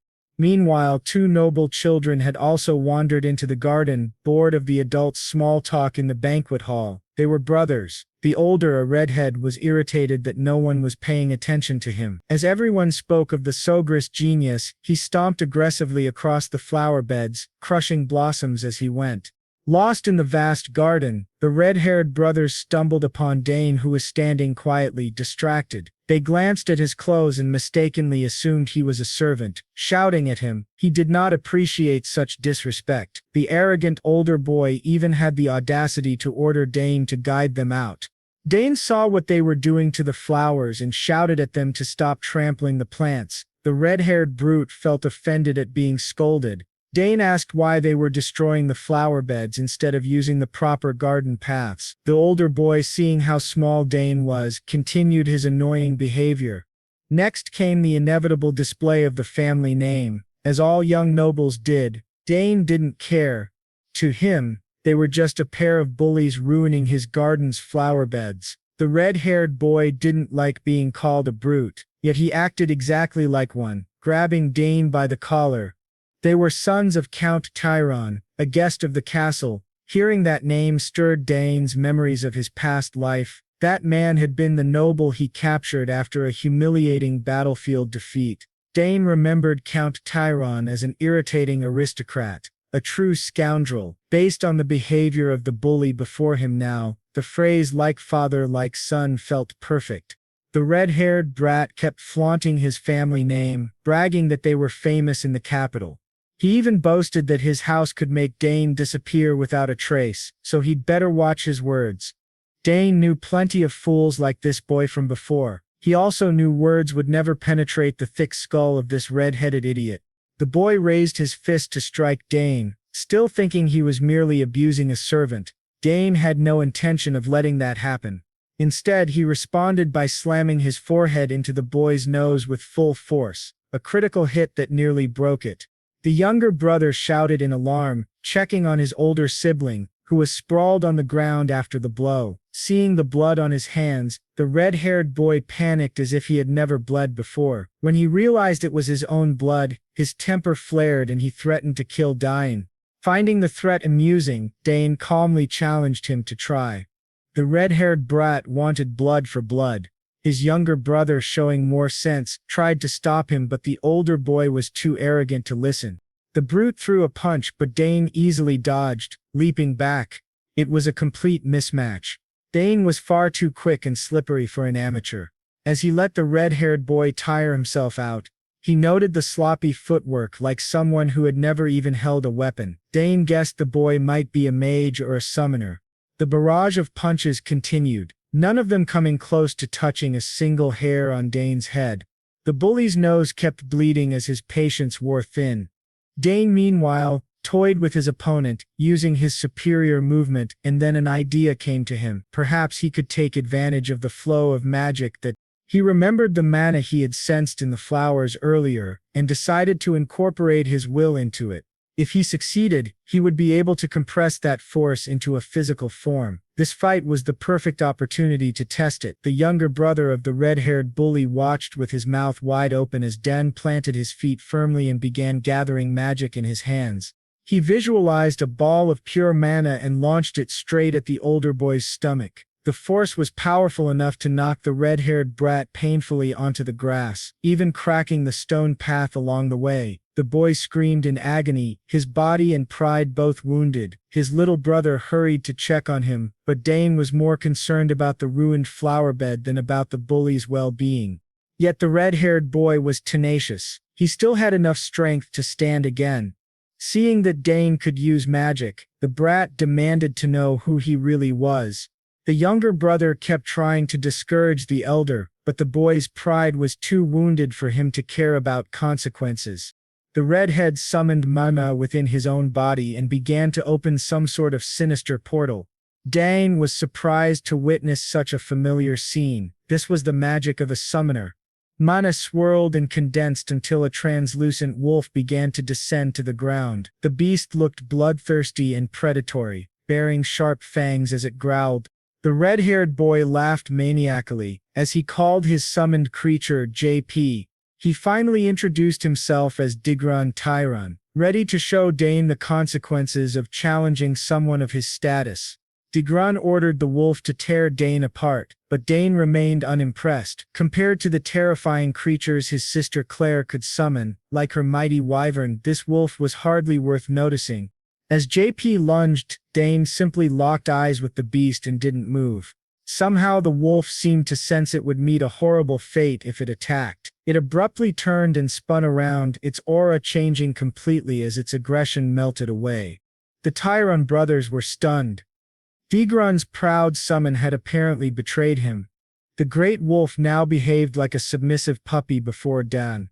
Degrun shouted frantically, ordering the creature to rip Dane's throat out, but his commands fell on deaf ears. Instead, the wolf wagged its tail happily at Dan. Sensing no malice from the summoned, had no idea why this reversal had happened. Thinking back, he realized that even Claire's summons had always been unusually friendly toward him. Her wyverns sometimes played with him as well. He had assumed it was only because of their shared bloodline, but this situation with no family ties involved proved otherwise. It likely meant he possessed an abnormally high affinity for all kinds of summoned creatures. Whatever the case, Degrun's favor with his own summon had clearly collapsed. Degrun could not comprehend what was happening. He had never heard of a summon betraying its master. Dane was winning on every front, and continued to provoke Degrun to come closer. The younger brother practically begged his sibling to stop embarrassing himself, but it was no use. The poor boy was so frightened he wet his pants. He cried while Degrun cursed him as a disgrace. Dane twisted the knife in their pride by casually pointing out that the castle's main basement had a bath. Using his little brother's accident as an excuse, Degrun finally retreated. As if he hadn't already humiliated himself enough, he ordered Dane to stay in the garden before fleeing. Dane merely watched the pathetic loser with disgust. Degrun didn't even take his own summoned creature with him. Left alone, Dane resumed experimenting with his new understanding of mana. He practiced a trick Claire had taught him earlier, identifying the faint remaining link between Degrun and JP. With care, Dane severed that weak bond, and rewrote it with his own magic. In doing so, he and the wolf became officially connected.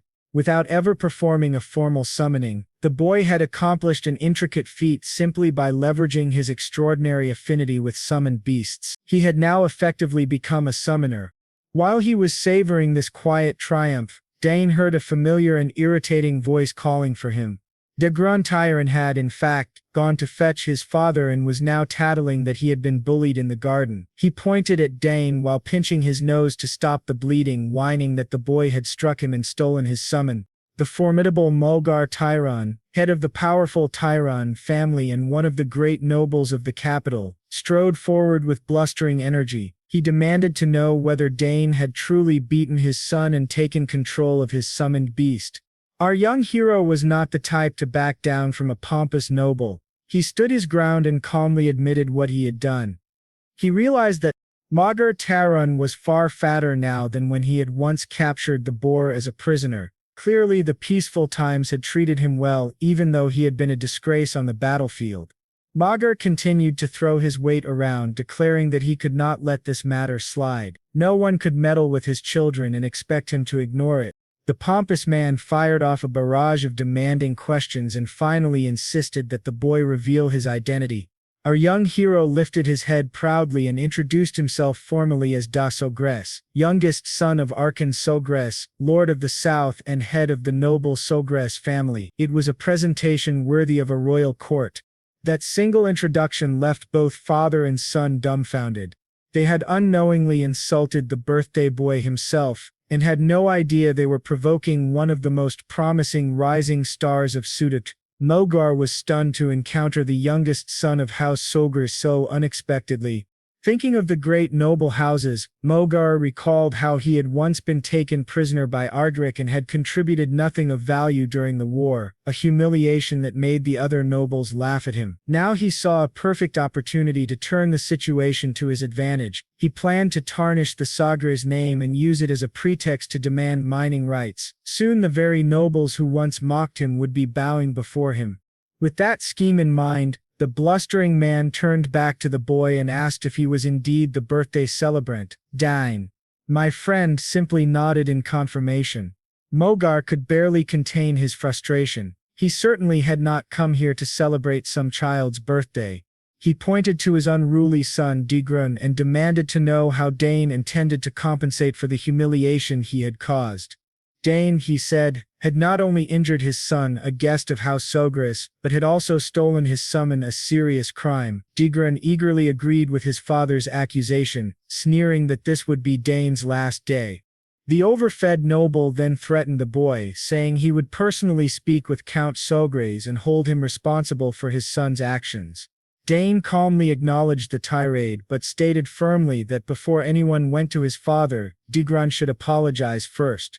That infuriated Mogar, who demanded to know what nonsense the boy was talking about, while Degran ground his teeth in rage. But Dane stood his ground. He explained that yes, he had struck Degran and hurt him, but it had been in self-defense against a threat to his life. Moreover, he had not stolen the summon. Genpu had chosen to follow him of his own will. The spoiled son protested loudly, insisting there was no way Genpu would ever do that and accusing Dane of lying. At that moment Mogar paused to think. He remembered hearing that the second daughter of House Sogress was a prodigy in summoning. It seemed entirely possible that she had taught Dane how to break the bond between a summoner and his beast. The corpulent man went back and forth with Dane, who found the exchange increasingly tiresome. Eventually Mogar decided to calm himself after so much bluster. Even his jaw was starting to ache. He finally said he would not scold Dane further, and declared that they should hear what Count Sogress himself had to say. As if summoned by the very conversation, the Count arrived on the scene accompanied by Duke Termian. Naturally, both the ill-mannered son and his overbearing father were stunned to see the Count in person, and even more surprised that the Duke was with him. As night fell, the red-haired boy gave his testimony to the Count, claiming that he and his little brother had simply gotten lost in the garden and asked Dane for directions. He spun an elaborate story saying that Dane suddenly head-butted him and mocked him with strange magic. To scare Dane, Degran claimed he had called his summon, but Dane somehow stole the creature and counter-attacked. When Degran finished, Mogar stepped forward saying he only intended to give Dane a warning. Still, he insisted that stealing someone's summon was clearly wrong and could not be overlooked. At last Count Sogress spoke, telling Mogar that he would not pass judgment after hearing only one side of the dispute. He wanted to hear Dane's account before making any decision. To reassure Mogar, the Count added that if Mogar worried about bias, Duke Termian would also give his opinion. The Duke quickly offered a slight smile and said that if the matter was truly so important, he was more than willing to help settle it. Mogar's frustration deepened, and sweat began to bead on his round face. Mogar Tyron was sweating profusely. He knew he was about to be in serious trouble. Bringing Duke Termian into the matter only made things more complicated. And he felt a growing sense of dread. Count Sogress gave his son a small nod to speak, and Dane prepared himself, explaining that what Mogar's son had said was not entirely accurate, though some parts were true. He went on to describe how the flowers they had so carefully cultivated in the garden were trampled, exactly as he had claimed earlier. He had simply told Mogar's son to leave, which enraged the boy and started the fight. Both the fat noble and his son were stunned by this blunt truth. The younger even trying to deny it and calling Dane a liar. But the Count urged Dane to continue. Dane explained that when Mogar's son summoned Genpu, his command had been to kill. He clarified that he never stole the summon. Genpu had approached him first, sensing his goodwill. The Duke was astonished that this 7-year-old boy spoke with such grace and carefully chosen words. Dane repeated firmly that he had not stolen anyone's summon. Mogar lost control, stamping his foot and calling the claim absurd. He insisted it was impossible for a summon to submit to someone who was not a summoner, accusing Dane of using some shady technique. Unbothered, Dane replied that he possessed an innate affinity with summons and that a creature not truly bonded with its master could indeed yield to someone like him. Mogar refused to believe it, but Dane calmly stated it was the truth. Mogar's face twisted as if he were suffering severe constipation, and he barked that the boy was making it all up. At that point the Duke stepped in, suggesting they settle the matter with a direct test. Count Sogress turned to his son and asked if he was willing, and Dane agreed. Meanwhile, Mogar shot his own son a deadly glare for creating such a mess. The insolent boy looked terrified, knowing he was about to face his father's wrath, especially since he had no idea how to summon Genpu again. When he tried, he failed completely, prompting his father to shout at him as expected. Dane, on the other hand, only smiled, knowing he had already severed the original bond. There was no way Degran could summon Genpu back. Dane then offered to demonstrate by summoning Genpu himself, but added that he would need the summoning sigil that Degran held. The spoiled boy bristled, questioning Dane's audacity in demanding his sigil and spouting nonsense, but Count Sogress interrupted.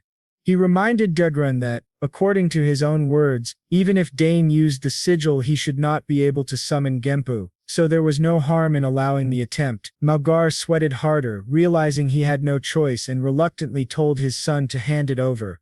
The red-haired boy was nearly in tears, but his father ordered him to hurry. As soon as Den received the sigil, he began his spell. He explained that a summoning sigil carries a unique coded name of the summoner, which normally prevents anyone else from using it. However, since Genpu was already imbued with Den's mana, the sigil was merely a vessel, and Genpu was now connected to him. When Dane called for Genpu, the creature appeared instantly and happily licked his cheeks. Both the Count and the Duke were amazed, while Mogar and Degran trembled, exposed as liars. The Duke found it incredible and wondered aloud whether Dane was also training in swordsmanship. His father confirmed it, though he admitted he was not entirely sure of the boy's full abilities. The fat noble, meanwhile, realized his plan had completely collapsed. The Count turned to him and asked if he now acknowledged that Dane had spoken the truth. The flustered man quickly tried to act calm, laughing and admitting that perhaps they had misunderstood and thought Dane had stolen the summon. He also claimed that his son had never intended to kill Dane, and he asked the boy to confirm it. Degran trembled but agreed, saying he only meant to scare Dane. Our young hero, however, burned with anger at how these scoundrels were trying to escape responsibility so easily.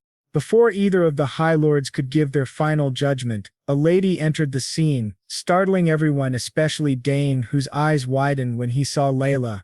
As she approached, she declared that what Degran had said was not true. Her father quickly asked why she was there, and she replied that she had heard voices while taking a walk. Before continuing, she politely greeted the Count and the fat noble. Mogar stammered in surprise, clearly caught off guard by this unexpected encounter with the Duke's daughter. Count Sogress went straight to the point, asking Layla about her claim that Degran was lying. She confidently confirmed it, saying she had indeed overheard their earlier conversation during her stroll. Degran began to panic, realizing she might have heard everything.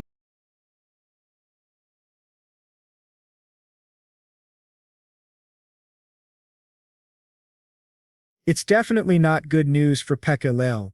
She continues explaining all the juicy details, and my friend can't help but smile at this unexpected turn of events that somehow works in his favor. Sometime later, the fat man tells his foolish son to hurry up and apologize to Count Sogress. The son mutters quickly, saying he was wrong, but the Count tells him to apologize to Dan instead. The chubby man quickly pushes his son toward Danny, telling him to apologize at once. The spoiled boy looks uncomfortable, and hesitates before stammering a weak and insincere apology. Danny, however, is far from satisfied. He realizes that the apology is not genuine, merely a required gesture, because the lie was uncovered after an outside witness appeared. Danny does not really want to accept such a feeble apology, but remembering his past experiences, he decides to be the more mature person. Instead of being stubborn, he resolves to show a little generosity. With that in mind, Danny accepts the spoiled boy's apology, and the boy brightens with happiness, thanking him eagerly for letting him off the hook. Meanwhile, the fat father also lets out a sigh of relief, realizing how close he came to losing everything. On the other hand, the Duke, who may become Dan's future father-in-law, cannot help thinking that he already knew Dan was a special boy. After all, Dan could easily have been stubborn about the whole situation, considering that the other side was clearly in the wrong from the start.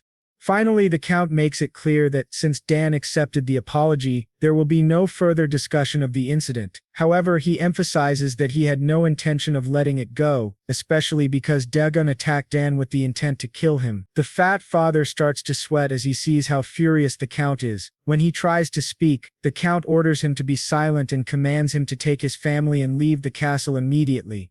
The news shakes the fat man to his core. If he is expelled now, his reputation will be ruined, and he is desperate to stay in the castle. No matter what, he grabs the Count's hand and begins to beg for forgiveness, saying he will do anything. Sogress asks if only he will pardon him this time, but the Count quickly pulls his hand away, making it clear that he has no need of the man. He says the soldiers will arrive soon to escort him out. With that, he begins to leave the scene furiously with his son, while the fat man remains behind, desperately pleading for forgiveness. Sogress also tells Duke Termian that it is time to go, and the Duke promptly calls his daughter as they start to walk away. As they leave, Dan turns his head to look at them, feeling satisfied that they are getting what they deserve. After all, they were the ones who started all this trouble, so it is only fair that they reap what they sow. In any case, he has learned something important today. His father can be quite frightening when he is angry. The Duke Termel then asks Dan if it is true that he defeated that spoiled son of Mogard with a mana bullet, and Dan quickly confirms it. The Duke cannot help but highlight how talented Dan is, not only in spear fighting but also in summoning and magic. It is truly impressive, and he is certain history has rarely seen such talent before. Dan's proud father smiles, saying that he too is proud to have such an exceptional son. Meanwhile, Dan simply absorbs all the praise, while Layla is stunned, struggling to believe what she is hearing. The Duke Termian then points out that, although talent is important, Dan is also incredibly calm. Most children tend to get agitated during fights, and stubbornly insist that they are right, but Danny does not do that. The Duke has no doubt that this boy will grow into a great man. Dan's father gives him a light pat on the head, saying it is too early to be certain. They will have to wait until he is fully grown to see how things unfold. He also points out that it is all thanks to Layla that the incident was resolved peacefully. Without her testimony, things could have turned very ugly. When the Duke Termian hears this, he is quite surprised that the Sogress family holds such a positive view of Layla. He does not let the opportunity slip by and tries to minimize her role in the incident, suggesting that if the Count values her so highly, perhaps they should begin discussing marriage. Of course, Sogress is startled to hear this, and can see how eager the Duke is to marry off his daughter. To escape the situation, he quickly changes the subject, noting that the sun is already setting and it is almost time for the banquet. With that, he rushes away, saying he will meet them in the hall. Termel then tells his daughter to return calmly with Dan. He quickly runs after the Count, saying that he wants to have a short conversation with him, leaving the two children behind. As they walk, Layla turns to our boy and asks why the summoned creature ignored its summoner and obeyed him instead. She says that she has seen many famous summoners duel in the capital but has never witnessed anything like that. Dan shrugs and admits that he is not sure either. It just happened. Of course, Layla makes an annoyed face, realizing that Dan is intentionally hiding the truth, even though she was the one who helped him out of that mess. His friend remains indifferent and reminds her that he also helped her once, mentioning the time he assisted with her fencing. Layla thinks back to that moment and reluctantly agrees that he is right. Finally, Dan decides that since they have helped each other before, they can do it again. He tells her that she is free to ask for anything. Immediately, the girl brightens with excitement and exclaims that she wants to learn something right now. Dane is surprised by her impatience and wonders what could be so urgent to learn. He asks what she wants to learn, and she quickly says that she wants him to teach her how to use a mana bullet. Dane asks why she is so eager to learn the mana bullet, and Layla quickly replies that she wants to become stronger and faster. She hopes to form at least 2 mana cores before entering the academy. Dane wonders why she is in such a hurry when she is still so young. He gets his answer as soon as she reveals that she wants to grow stronger to make her mother happy. Her mother loves her very much, and Layla is sure that becoming stronger will make her proud. Hearing her mention her mother, Dane remembers overhearing adults talk about Countess Termian being bedridden. With that in mind, he feels he has no choice but to help her. Layla bursts into a small dance of joy and declares that she is ready to start training tomorrow, though she would not mind beginning tonight, especially since she is unsure how long she will stay at the mansion. Dane simply shakes his head and tells her she can start whenever she wishes. He assures her that once she understands the flow of magic, learning the mana bullet will not be too difficult. Layla then asks eagerly what he will want in return for teaching her.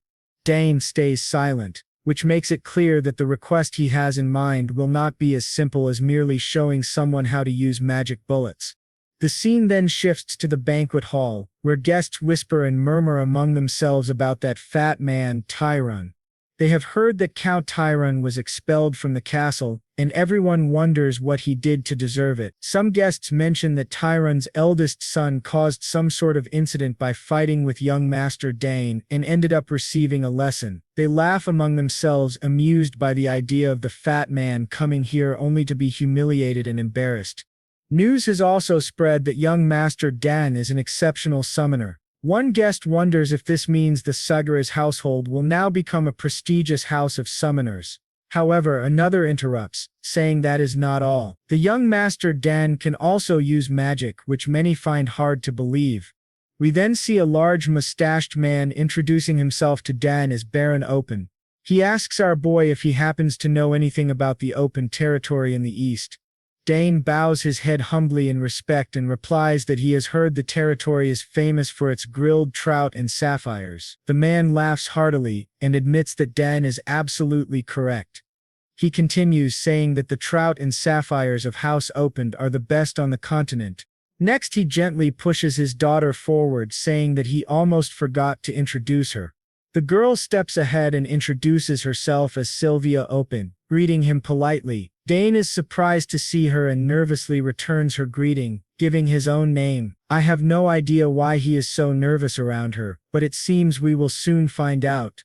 She moves closer to him with a mischievous look on her face and whispers that she heard he is the one who will inherit the Sogress household in the future. Dane responds awkwardly, but Sylvia enthusiastically tells him to stop pretending ignorance. She says she has heard that he is talented in many ways and bluntly declares that she will be under his care from now on, especially because there is a chance they may become family in the future. And there it is, the reason for Dane's nervousness around her now makes perfect sense. This girl is simply very direct, and she did not hesitate for even a moment. Just then, Layla enters the scene while Sylvia is still in the middle of shaking Dane's hand. Unsurprisingly, Sylvia is startled to see a potential rival, while Layla practically shoots daggers at our boy, demanding to know who this young lady is. Sylvia recognizes Layla immediately and greets her warmly, introducing herself as the eldest daughter of Baron Opened. Layla tries to return the gesture, but the anger on her face makes it clear that she is far from pleased.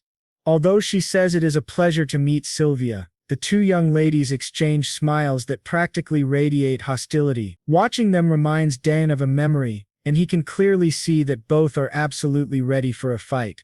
Eventually, Layla grabs his hand and announces that she is borrowing him for now, since he already had a prior commitment. She gives him a piercing look as she asks if he remembers their plans. Of course, poor Dane has no idea what she is talking about, but he agrees anyway, apologizing to Sylvia and promising that they will talk again later. Sylvia forces a smile and tells him that they will definitely speak again soon.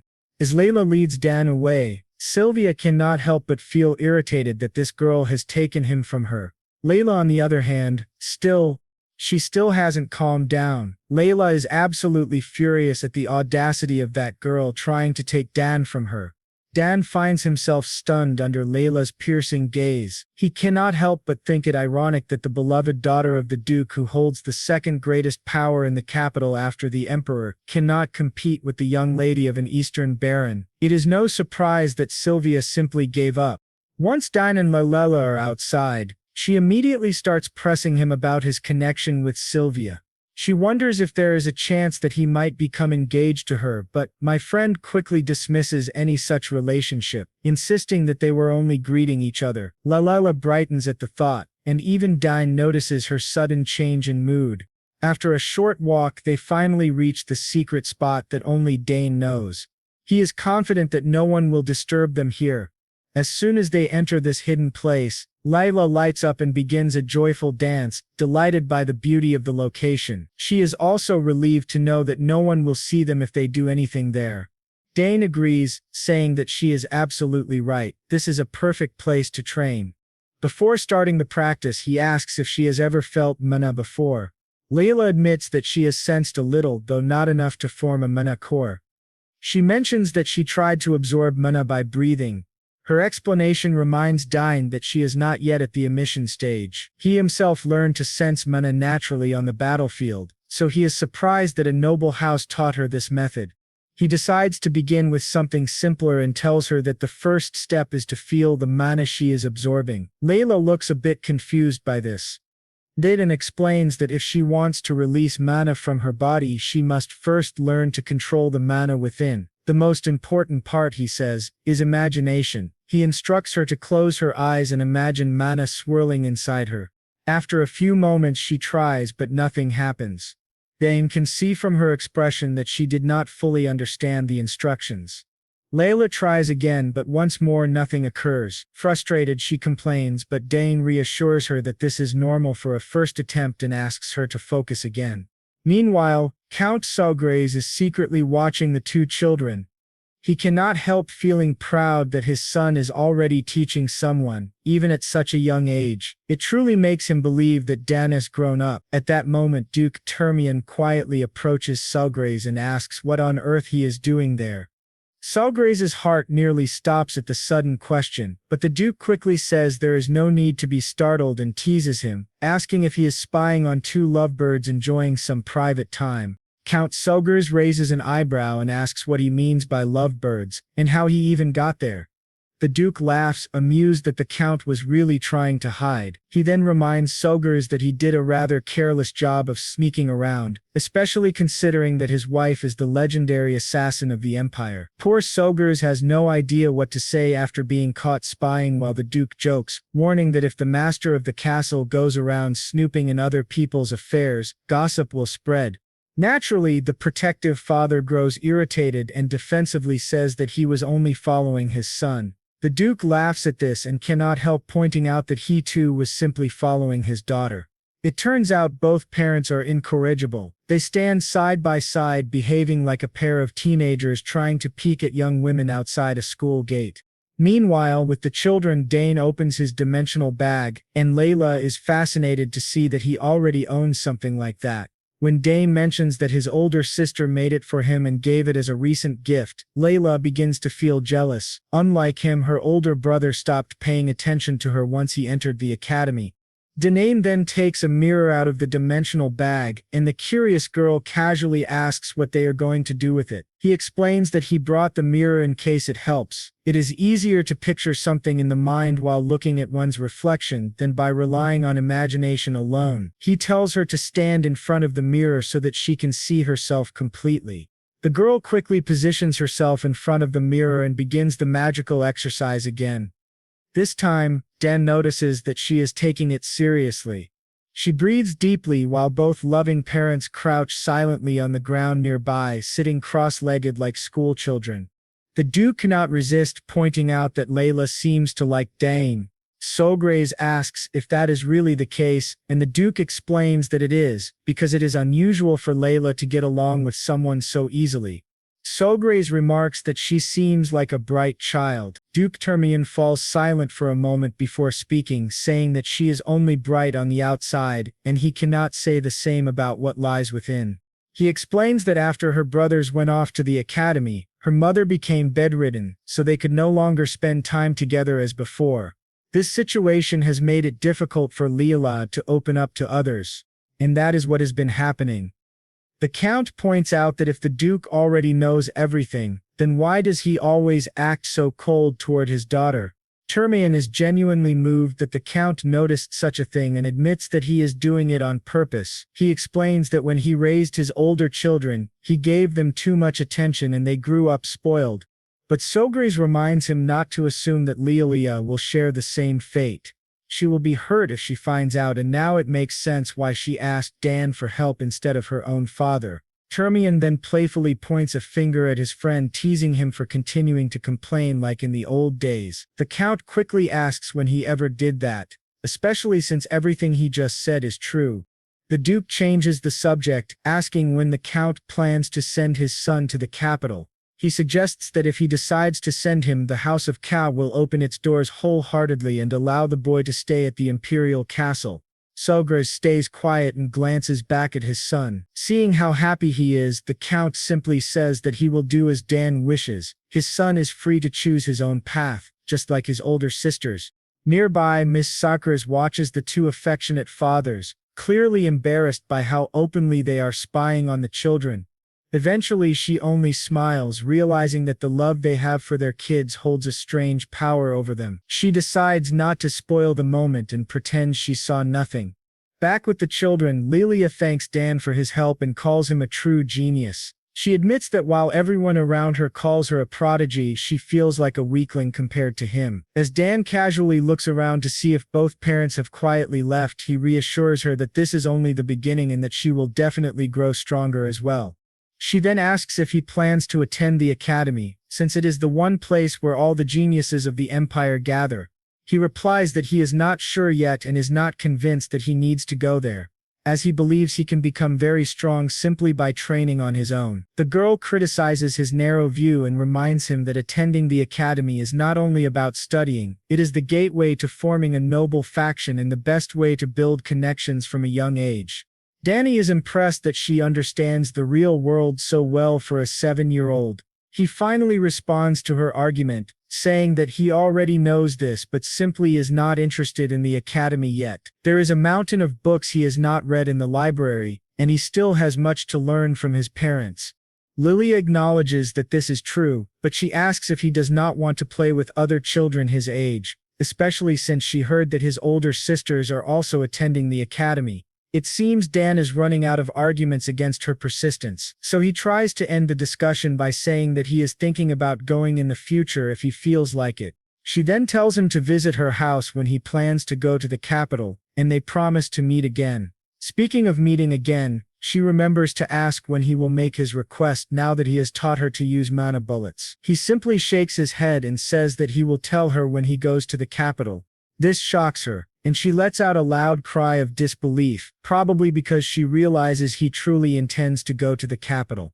Finally, the day of her departure arrives. When Lilia's carriage begins to roll down the road, Danny looks at a stone-like object in his hand, a gift from his future father-in-law. The scene flashes back to the moment when the Duke gave him this mysterious item. When Danny asked what it was, the Duke replied that it was his birthday present and that he hoped Danny would like it. He further explained that the symbols of the Termian house are the sword and the forge. Their family history began with their ancestor, who was a blacksmith. Thanks to him, their house owns the finest forge in the empire. In fact, the greatest forge on the entire continent. All the weapons crafted by the Termian family that protect the empire are made there. Of course, our boy already knows all of this, because according to his past knowledge, every type of ore in the world can be found in that forge, and all kinds of weapons and mystical artifacts are created in the greatest forge on the continent. The Duke then revealed that if Dan presents the insignia at the forge, they will create a weapon of his choice for him. That is when we finally learn that this stone-like object is essentially an insignia, a certified token that proves the honor and skill of the one who possesses it. Count Sogress is absolutely stunned to see the Duke give away such a precious insignia, something even the imperial family covets. The Duke simply pats his future son-in-law on the head and tells him to grow up well and help his father. His potential wife waves a final goodbye, and that is how they part. In the present, Dan's mother kneels beside him. After seeing his downcast face, she asks if he is upset because they have left. He admits that he is, saying that Lilia was practically his first friend. His mother reassures him, saying that once he goes to the capital he will be able to see her again and that he will look even more handsome by then. Well, I suppose his mother is right, since he cannot stay here forever and will have many chances to see her again in the future. So he wishes her happiness until they meet once more. Meanwhile, as the Duke travels in his carriage, his mind remains occupied with thoughts of Dan. He finds it strange that every time he looks at the boy he remembers that warrior Agrick, who displayed the skill of a triple-class fighter at such a young age. He is certain that if Agrick were still alive, he could have become one of the Empire of Dranico's elite knights. That is why the Duke hopes to see Dan again when the boy has grown stronger. A few days later we see our young man sitting alone in front of the egg. He has been feeding the egg with mana every morning and night, and now he wonders if it is too early for it to hatch. This egg contains a mysterious familiar, and even if someone is not a summoner, they can infuse the egg with their mana and mark themselves as its master before it hatches, allowing them to control a summon that would normally remain only temporarily. Dan knows that the quality of his mana must match that of the familiar and that there are probably many complicated conditions still unmet. He has heard that some eggs never hatch because their conditions are never fulfilled, so he hopes that is not the case here. Even after changing the flow and strength of his mana, there is still no reaction. After making another great effort, he puts the egg back, thinking he is being greedy to expect success all at once. Suddenly, the butler appears at the gate asking if Dan is ready. At that exact moment, the egg begins to react and makes faint noises. Danny quickly runs toward the egg, certain he just heard something. The butler rushes into the room as well, asking about the sound. Danny tells him to wait a moment while he checks the egg first. However, once again he is disappointed, realizing that he was excited for nothing because he cannot feel anything different.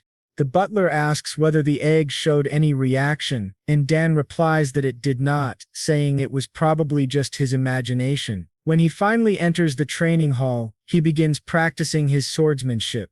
After noticing Dan's flawless movements, the butler is delighted and impressed. He applauds while asking when Dan learned fencing. Danny simply dismisses the question, saying he just wanted to swing the sword a little. The butler showers him with praise, calling him a genius who is talented even with the blade. As Dan looks at the sword, he reflects on how fun it was to learn to wield a new weapon like the spear. But he also wanted to handle a sword. Unfortunately, he had been unable to use one all this time, as his father always watched him closely. Fortunately, he is pleased to find he has not lost his touch. The butler quickly hurries off to fetch some snacks and returns with a full tray of treats, telling Dan to eat something before resuming training. Meanwhile, Count Sogress stands by the window, lost in thought. He feels a bit tired from organizing this banquet every year, but at least he has learned that many nobles are now paying attention to the south. Most of them are eager to build a good relationship with him, which is a pleasant change. Since the war ended, the South has enjoyed wonderful weather and luxuries that nobles simply cannot resist. Perhaps their interest should have been obvious from the start. Still, even with all this attention, it pales in comparison to the interest Dan is receiving. The conflicts with the eldest son of Count Tyrone were beyond Sogress's expectations, but Danny handled the situation with remarkable maturity. He calmly and logically explained everything to the adults, which was extremely impressive, and he demonstrated his talents with confidence. The Count cannot help but think that his son is a bit too mature for his age. At times he wishes Danny would act more like other children and relax a little. As the clock nears the time for training, he knows it is time to head to the training hall. He draws the legendary dragon tail spear and decides to let Dan handle it for a while today. But as soon as he steps onto the field with the spear in hand, he freezes when he sees Dan brandishing a sword. Now he is curious as to why his son is using a blade. He immediately thinks back and becomes convinced that the meddling Duke must have said something to him. Otherwise, there is no way Dan would be wielding a sword after all that training with the spear. He simply stands there, watching his son perform incredible maneuvers with the weapon. Seriously, Dan seems to know exactly what he is doing. The strength and precision he shows are enough to challenge even experienced fencers. This makes his father wonder when Dan learned all of it. One thing is certain. Dan is definitely talented with the sword as well. The Count finally calls out to his son, asking when he learned all these impressive moves. It seems that Dan's closely guarded secret has finally been revealed, so he decides it is probably best to tell his father the truth. He admits that in fact he never formally learned any of it. Hearing this leaves his father even more perplexed, making him wonder if this is yet another hidden talent. He begins to think aloud about how Dan already knows how to handle a spear, perform magic, and even master the skills of an assassin, summoning, and now swordsmanship as well. He adds that if it were anyone else he would never believe a child could show talent in all of these areas. Then he asks Dan if he is curious about the world beyond these walls. Dan looks a little confused, unsure of what his father means. His father explains that if Dan wants to explore what lies outside, he should go ahead. He truly believes this country may be too small for his son's vast talent, and if Dan remains here, it will be his own loss. Dan feels a wave of sadness as he realizes his father has accepted that he cannot hold him back forever. Finally, Dan says he would be happy to learn about the world beyond. His father smiles at this and quickly gets to the point, saying that it is time to prepare his son to step into the real world. He admits it is bittersweet to see him leave, but he knows he must respect Dan's wishes. He presents the spear to him, saying that he has brought something special today. It does not take long for Dan to realize what it is, and his father removes any remaining doubt by reminding him that this is the dragon tail, the spear that reacted to him on his very first birthday. He extends his hand, encouraging Dan to take it. The moment Dan grasps the spear, it begins to react and he feels an incredible surge of power coursing through the weapon. His father laughs, saying it is reacting even more strongly than it did when Dan was only a year old. Honestly, who could blame it? He then proudly tells his son that he plans to have him master the spear before he leaves, so he had better be prepared. He promises Dan that one day the dragon tail will be his, but first he must become strong enough to wield it with pride. Dan eagerly promises to work hard and honor his father's teachings. Later, back in his room, Dan's mind swirls with thoughts of the outside world. He has always been curious about it, even during those long days on the battlefield. As a soldier, all he really knew was war, setting up camp, cleaning weapons, eating bland food, and preparing for the next fight. The only way out was for the war to end or for him to die in battle. Honestly, those felt like his only options. But now, with the chance to live a normal life before him, he can hardly imagine what life beyond the battlefield might be like. Still, as Dan, he knows he must embrace this opportunity. He has no idea how his talents will be used, how the world will receive him, or what he might achieve out there. But for the first time, he has the chance to travel, explore, and accomplish anything he sets his mind to. At first, all he wanted was to stay and enjoy the warmth of this place. Yet, thanks to his father's question, his thoughts have changed, and he has finally decided to venture out. The idea excites him. While he is lost in these thoughts, his mother suddenly appears in his room, startling him for a moment. He asks when she came in, and the deadly assassin jokingly reminds him that he was so deep in thought he did not even hear her knock. He suspects she is blatantly lying after all. She is an assassin and likely slipped in silently. She asks if he is truly curious about the world beyond their country, and he answers yes, saying that his father mentioned it would be a waste of his talent to stay here.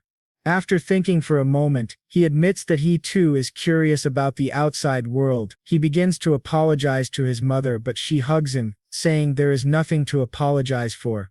He reminds her that his sisters are not around, and expresses his worry about leaving for the outside world. She reassures him that she is fine with it because she knows how extraordinary his talents are. She adds that even if he did not want to go, the world outside would eventually call to him. She admits it would be wonderful if he could stay longer with her, but the world will not allow that, so she encourages him to go and chase what he desires. He promises that even after leaving home, he will return many times to tell her everything he sees in the world. His mother thanks him and says it seems she finally needs to teach him a few things before sending him out into the world, just as his father is preparing to do. When he asks aloud what kind of teaching she means, his mother cheerfully says she will train him in everything related to assassination. She goes on and on about all the skills and knowledge she possesses. Dan cannot help but think this will lead to some seriously exhausting days before he even departs. In the end, she tells him she will teach him a great many things, and he assures her that he will do his best to learn. As he looks at her, he cannot help but think about the special lessons with his mother that will be filled with her unique kind of love. Many years pass and the scene shifts to the southern region of the Altian Empire, the county of Sogress, a place known for its warm climate and abundant natural resources. This land has become a cornerstone of the empire, helping it remain strong during the war. Thanks to the magnanimous rule of Count Sogress, it is a region filled with peace and warmth. Finally, with the war now ended, first, he saved the old man unconscious in the forest. Second, he neutralized the poison that was devastating Sidrain's body. He could have added the fact that he had to carry the old man unconscious all the way to the annex, but he simply considered that a bonus. Sidrain no longer had any arguments. He was completely and logically defeated. He wondered how such an audacious child could exist in this world. Finally, Sadrain and Dane scheduled their lessons in the training hall. The old man had partially accepted that he might not be able to take Dane as an official disciple, but he could still continue to win the boy over in case he changed his mind in the future. Sadrain simply could not bear to let such have to pay close attention, as the rearrangement code for two-chain magic is much more complicated than one-chain magic. Countless aspiring mages never manage to advance to that stage, and end up giving up. Dane was attentive, grateful to have such an experienced instructor. Saccharine saw the brilliance in the boy's eyes and made sure not to go easy on him.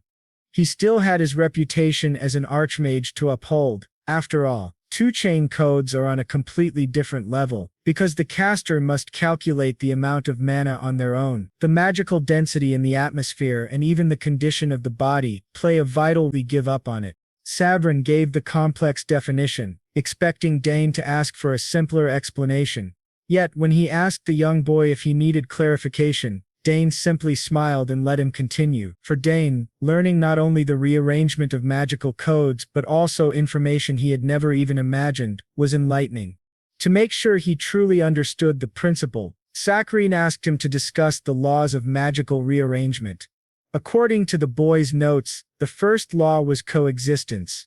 Magical power can exist in the physical world alongside other sources of mana. Through coexistence, mages use both their own power and the ambient magical energy to activate their spells. The second law is conservation. If magical power can accumulate enough elemental material, it can display different attributes through conservation. Dan not only had a deep understanding of the nature of magic, but was also adding his own interpretations, most tools, and a hunger for knowledge. How could such a perfect candidate for magehood even exist?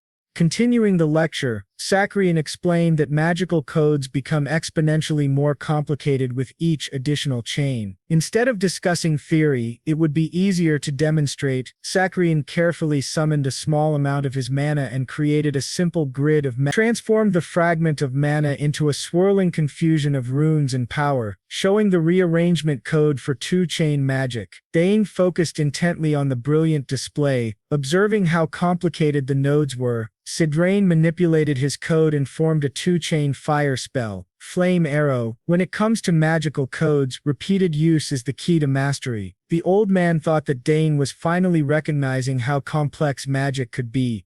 According to his estimate, most people would take at least a year to progress from a one-chain code to a two-chain code.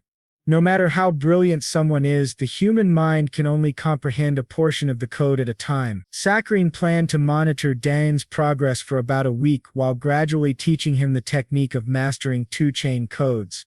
But Dane already wanted to try, and Saccharine saw no harm in it. He simply expected the boy to fail miserably. However, when Dane began channeling his mana out of his body to create the first code, it felt as though he was witnessing a master at work. The young boy focused and used his hands to manipulate the pure mana swirling in the air. He finally formed the same grid that Saccharine had demonstrated as the primary form of a chain code.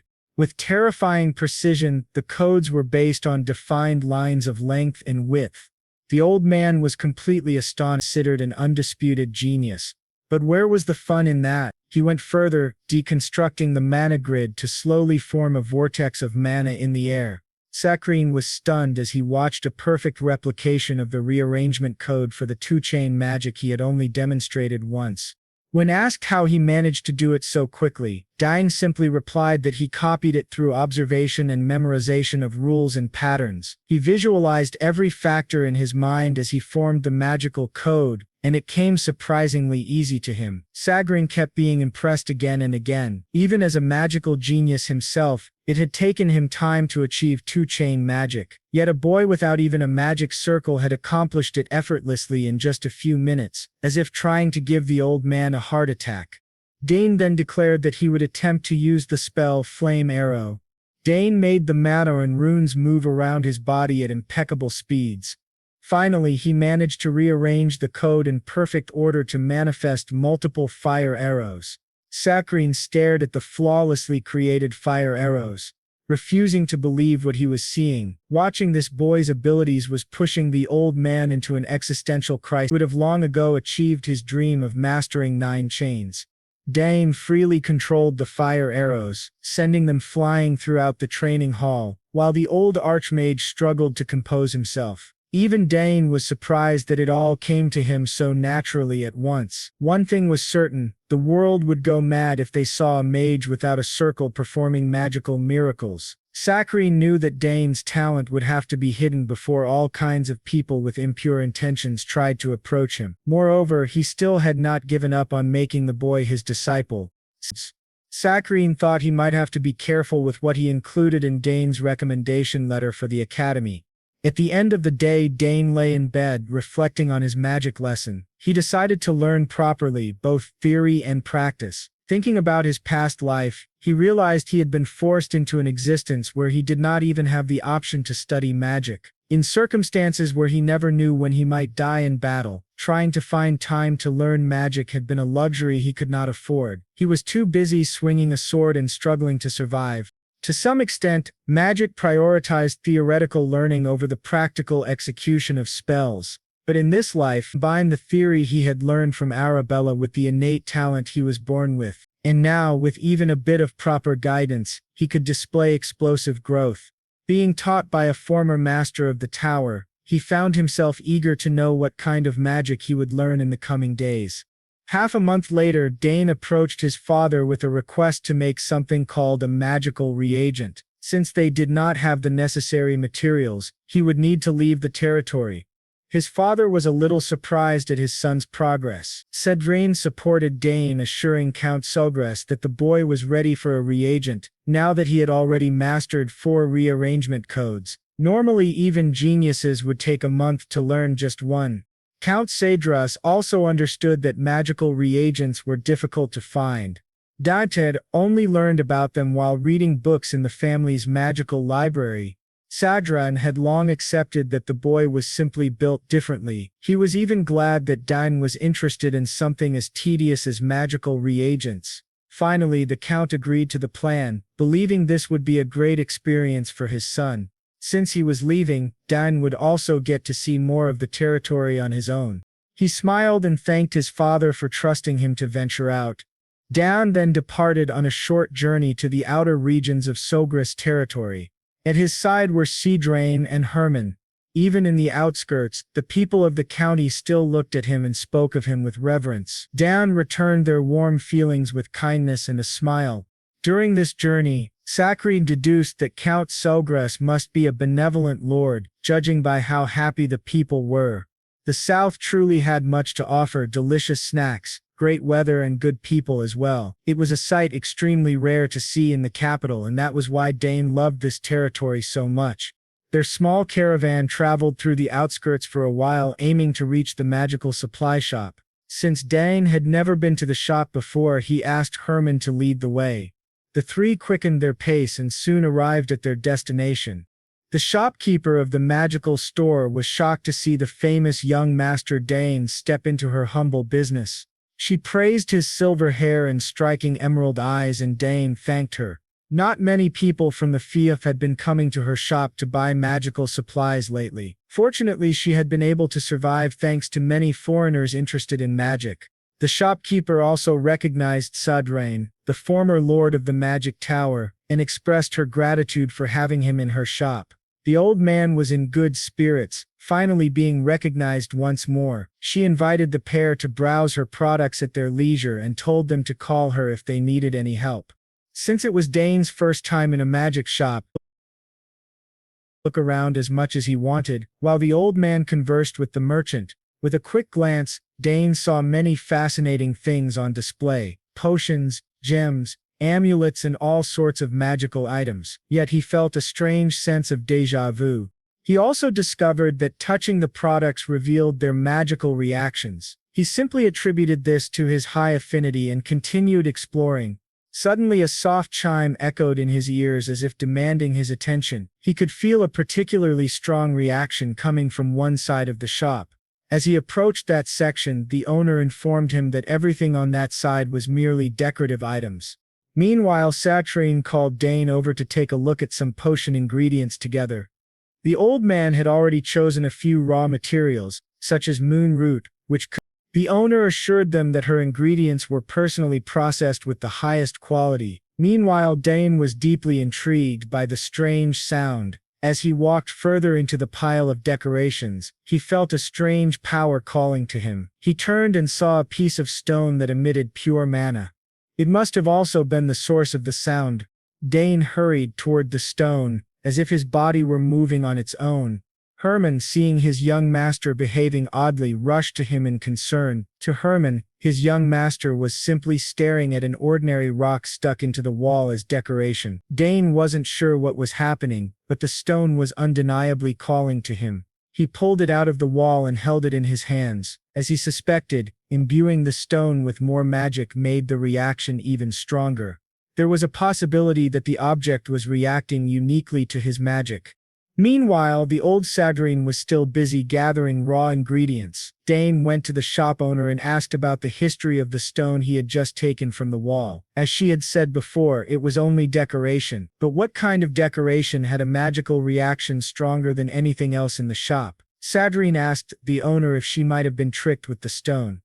She admitted that several years ago a traveling merchant had given her a large bundle as payment. When she eagerly opened it, she found only this plain-looking stone inside. She had held on to it, hoping it might be valuable, and even asked a mage to evaluate the stone, but it had been confirmed to be nothing more than an ordinary rock. Based on Dane's interaction with it, however, it was clearly not a normal stone. The owner insisted that the young master should focus on her other products and some special magical artifacts instead of wasting time with a rock. She tried to sell him many valuable magical artifacts of all kinds, but Dane was still captivated by the strange stone in his hand. It was the only thing he wanted. She even showed him a name scroll card that could automatically read and store all types of information for cataloging. In the end, Dane purchased both the scroll and the useless stone. He was certain this was not an object he could simply leave behind. Even Sadrain was confused about what was going through the boy's mind. On the journey back, the old mage asked curiously if Dane had developed an interest in decorative art, or if he truly believed there was something special about the stone. When Dane explained that the slab was reacting to his magic, Saccharine kept an open mind. Although he did not see anything special in it, his curiosity was certainly piqued. Since there were many people on the streets, the small caravan hurried back to the castle. Saccharine then set up an invaluable experimental device to help Dane uncover what the stone really was. He was confident he could evaluate the stone with precision. Still, a mage had already appraised it once and found nothing notable. Saccharine arrogantly declared that no mage appraiser was better than his tool. He had invested all of his resources into this state-of-the-art device for evaluations. He was confident he could analyze anything placed upon it. Both were eager to see what was special about the seemingly ordinary slab of stone. Saccharine placed the object on the platform and instructed Dane to imbue it with his magic to stimulate a reaction. When Dane did exactly that, the stone immediately began radiating an intensely dense flow of magical power. It lit up within the evaluation device, its brilliance swirling and forming something complex. Saccharine carefully monitored the burst of light, keeping his eyes on the stone slab. As his tool successfully revealed the mystery within the stone, Saccharine finally felt like he could hold his head high again after being humiliated by the boy so many times. The mana from the slab danced around the room, forming runes in the air. Dane immediately understood what they were seeing since he had been studying such things with Saccharine for weeks. Inside the stone was a magical code, but the old archmage declared it was not just any code, it was extraordinary. Floating around them was a code whose structure, arrangement, and complexity had never been seen before. It could be as complex as a 6-chain or even a 7-chain code. Thus, the magical stone contained a hidden code, and Dane's magic seemed to be the key to unlocking it. The stone only responded to his mana. Of course, they had managed to extract the code, but deciphering what it was and why it only reacted to Dane's magic was an entirely different challenge. Even Sidrin, who was well versed in the magical arts, was unfamiliar with this particular type of magic, but his pride as a mage drove him to determine its secrets. If he could succeed, they might discover what made Dane's magic so unique. While Dane and Sidrine worked tirelessly to decipher the magic in the Sogress training grounds, Arabella was busy conducting her own research in her personal laboratory at the academy. Her lab was filled with books and artifacts carefully organized from her many studies. Arabella had stored her younger brother's mana signature inside a magic stone and had confirmed that there was indeed something unusual about Dane's power. His magic had a distinct characteristic that did not correspond to any known form of magic. She had performed countless tests and studied numerous research papers, yet she still could not identify which magical field this anomaly belonged to. And yet nothing revealed an answer. Still, she was convinced that the truth was hidden somewhere. Then she suddenly remembered hearing about a long-lost field of magic that had disappeared from the magical world. Perhaps Dennis's magic was connected to that forgotten domain. Arabella began digging through her mountains of books and literature, trying to recall where she had stored that old tome. It was a book that discussed alchemy, divination, spiritualism, necromancy, and a primitive form of magical coding. As she searched excitedly, another dusty volume fell from the shelves. She picked it up and realized it was an ancient book of magic. Thinking it over, she remembered that she had once studied the vanished magical realm of Arcana, a civilization said to have existed more than 2,000 years ago, and inherited ancient magic from an even earlier era. It was said to have practiced forms of magic that no longer existed. Arabella laughed to herself, dismissing the idea. Ancient magic had vanished long ago. There was no way Dennis's magic could be tied to such a relic of the past. But at this point, she had nothing to lose. So she decided to try something unconventional. She placed the magic crystal containing Dane mana into her magical typewriter and cross-referenced it with the ancient book of magic. After a few moments of concentration, Arabella opened her eyes in shock. The crystal was reacting. Quickly, she jotted down notes, her mind racing as she wondered if Dane's magic could be linked to alchemy, divination, or something completely different. Arabella would be fine with any result as long as it wasn't necromancy. When she finished analyzing her findings, she felt as though she had been struck by lightning. All she could say was, "What kind of discovery is this?" Back at the Sogress training grounds, Dane and Sidrine were still working hard, trying to provoke more reactions from the stone. After some time, Sidrine finally managed to break the seal on the slab. Inside it was something else. Another object. The old man carefully reached in and pulled it out. It was a simple accessory, a silver bracelet that radiated a dense magical power. To the untrained eye, it looked like nothing more than an ordinary bracelet one might find in a market. Sidrine initially thought there might be something special about the material of the bracelet, but it appeared common. Since the stone had only responded to Dane's mana, Sidrine suspected the same would happen with the bracelet. Dane slipped the bracelet onto his wrist. At first it dangled loosely, far too large for him, but then the reaction came. The bracelet lit up, resonating with the magic flowing through his body. As expected, it responded only to him. Strange characters began to emerge from the bracelet, glowing without him realizing. Sidrine leaned closer to see more clearly, while Dane eagerly asked if the old mage could decipher the symbols. To Dane's surprise, Sidrine's face lit up with a wide smile. They were ancient runes, characters that no one in the current world could read. By ancient, Sidrine meant the language of the lost kingdom of Arcana.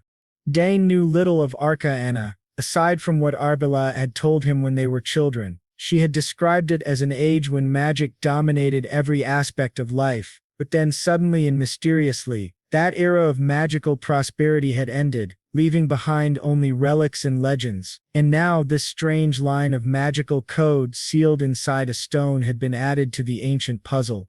Sidrine already knew Dane's magic was special, but he had never imagined it would be linked to the ancient kingdom of Arcana. This revelation only deepened his desire to take Dane as his apprentice. After all, it was said that the Forest of the Last Days, which had once defeated even Sidrine, was infused with remnants of Arcana's disruptive magic. Dane's connection to that ancient power now made sense. Unfortunately, all they had for now were those few indecipherable lines of text runes. Sidrine urged Dane to take all the time he needed to delve deeper into the mystery, but he also warned him to keep it a secret for the time being. Suddenly their quiet study was interrupted. A terrifying sound echoed throughout the Sogress territory, making both of their eyes widen in alarm. Something horrible was approaching. The familiar sound of the alarm caught them off guard, and the old mage quickly realized it must be the signal for a monster attack. For Cedrine, that was more than enough to excite him. Now that his body was nearly fully healed, he was eager to stretch his old muscles and get his blood pumping. Besides, this was a great opportunity to repay the hospitality of the Sogress family. With a grin, the old man quickly told Dane not to just stand there but to grab a spear or something. Yet Dane simply stood motionless, his face calm and expressionless. Silently he slipped his hand inside his coat and pulled out a pendant. Cedrine raised a brow and asked what he was holding, and why the sound of the monster alarm seemed to be coming from it. Dane then revealed to the excited old mage that the sound had nothing to do with monsters. In fact, it meant that his older sister was trying to contact him. The old man's excitement deflated like a popped balloon when he realized the situation, and he grumbled at Dane for not mentioning it earlier. Dane only laughed awkwardly, reminding him that it went without saying. There was no reason for monsters to appear in this area. With that cleared up, Dane decided to answer his sister's call while the old mage stood there with a disappointed expression. As soon as the connection formed, his sister immediately asked why it had taken him so long to respond. He simply apologized and asked her the reason for the call. She began to reveal some interesting details about his magical code, but quickly cut herself off, asking if someone was with him. The mere mention of the magical code was enough for Dane to realize that she had discovered the truth, that his magic was in fact ancient magic. The old man, overhearing, let out a sharp cry of disbelief and demanded to know how she had figured it out. As they continued talking, Dane explained his side of the story, that when he and Cedrine had been analyzing the stones, they too had discovered that his magic belonged to the ancient realm. They realized this because the stone only reacted to his mana, which was proof enough. The old mage, however, ground his teeth in sheer frustration. The fact that she had uncovered the same truth just by analyzing Dane's mana was insane. He knew she was a genius, but her talent was proving to be far greater than he had imagined. Arabelle then asked her brother if anyone else knew about his secret. Dane quickly answered no. She sighed in relief and told both Dane and Cedrine to keep this matter hidden. If word of his secret spread, he would not be able to handle the consequences. She then politely apologized to Cedrine for not introducing herself before diving the matter. The old man only laughed, saying he already knew plenty about her through Dan. As for keeping Dan's magic a secret, he assured her that he would not allow a single soul to learn of it. If such information were to leak, not only would Dan be in danger, but the entire Sogress household would suffer the consequences. Arbella praised him for immediately understanding the severity of the situation, something to be expected from the wise Cedrine. The old mage then asked if the conversation was being recorded. Arabella replied that it was not, adding that once the call ended, it would be deleted immediately. It was good news. At least they didn't have to worry about leaks. Cedrine then revealed that he also intended to return to the magic tower to investigate this matter. Arabella thanked him for the gesture, but he waved it off, insisting that as a mage, he was only fulfilling his duty, and there was no need for her to feel indebted. Speaking of the magic tower, he mentioned he had heard she was looking to join one and asked if she had decided which to choose. Arbella immediately realized he was hinting at his own tower and tried to avoid the question by saying she wasn't considering the Nixon Tower of Magic because it didn't specialize in her area of interest. Naturally, this irritated the old man once more. He had already wondered where Dane's intelligence came from, and it was becoming clear that he had inherited it from his sister. Still, Cedrine did not voice his frustration. Instead, he chuckled, saying she didn't need to join their magic tower after all. Meanwhile, Dan felt slightly uneasy watching the exchange, especially since his sister had spoken so bluntly. Regardless, she decided to end the conversation by saying they could discuss the details later. After exchanging farewells, she ended the connection. Cedrine commented on how impressive Dan's sister had become, to which Dan agreed, mentioning that the artifact in front of them had also been crafted by her. He added that this compact crystal orb was popular among young mages. The old man smiled and admitted it was impressive, though his face betrayed a trace of frustration as he said he had no need for such an item. He explained that once a mage reached the 8th chain, wasting time talking to people was not something they did. Dane quickly understood what he meant. The fact that the old man didn't want a trendy item like this only suggested that he didn't have any friends. Later, Dane told his parents everything about the ancient magic. His mother seemed deeply worried upon hearing it, but his father reassured them, saying that if anyone targeted Dane, they would make sure those responsible paid the price. His mother agreed, declaring that she would never hesitate when it came to protecting her son. Once again, Dane felt a little uncomfortable with their intense protective instincts, but he had to admit that there was nothing safer than being under their care. His father then pointed out that if what Dane said was true, it meant their bloodline carried latent ancient magic. His wife acknowledged this and wondered aloud if any of their ancestors had possessed it. She decided to look into her side of the family. The thought was intriguing, and Dane couldn't help but wonder what might be discovered if both sides of the family investigated. Though it wasn't of real importance to him, his curiosity was stirred nonetheless. Either way, his mother reminded him that he had already pushed past his limits in many ways. If he continued down this path, it might interfere with his growth. Therefore, he should consider slowly preparing to head to the capital. The mention of the capital surprised him, and his parents reminded him that he needed to be at least 14 years old to enter the academy. Now that he had reached that age, there was no reason to delay any longer. Count Sogress made it clear that he had hoped to keep Dane for another year or two before sending him away, but it seemed there was nothing more for him to learn here. His mother placed her hand gently over his, reassuring him that he could leave whenever he wished, emphasizing that the decision was entirely his.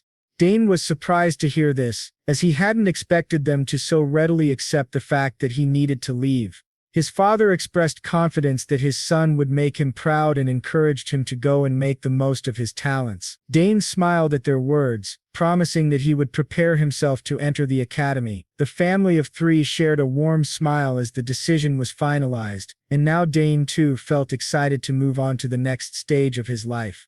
Later, Dane informed Sidrain of his decision to leave the mansion. The old mage asked if he had truly chosen to depart, and Dane confirmed it, though he admitted it was a little earlier than he had originally planned. The old man expressed his support, saying it would be a waste of potential to keep Dane's talents confined here. He also offered some advice not to reveal too much of his ability all at once to others. While the academy welcomed talent, not everyone viewed it kindly, and some might become envious.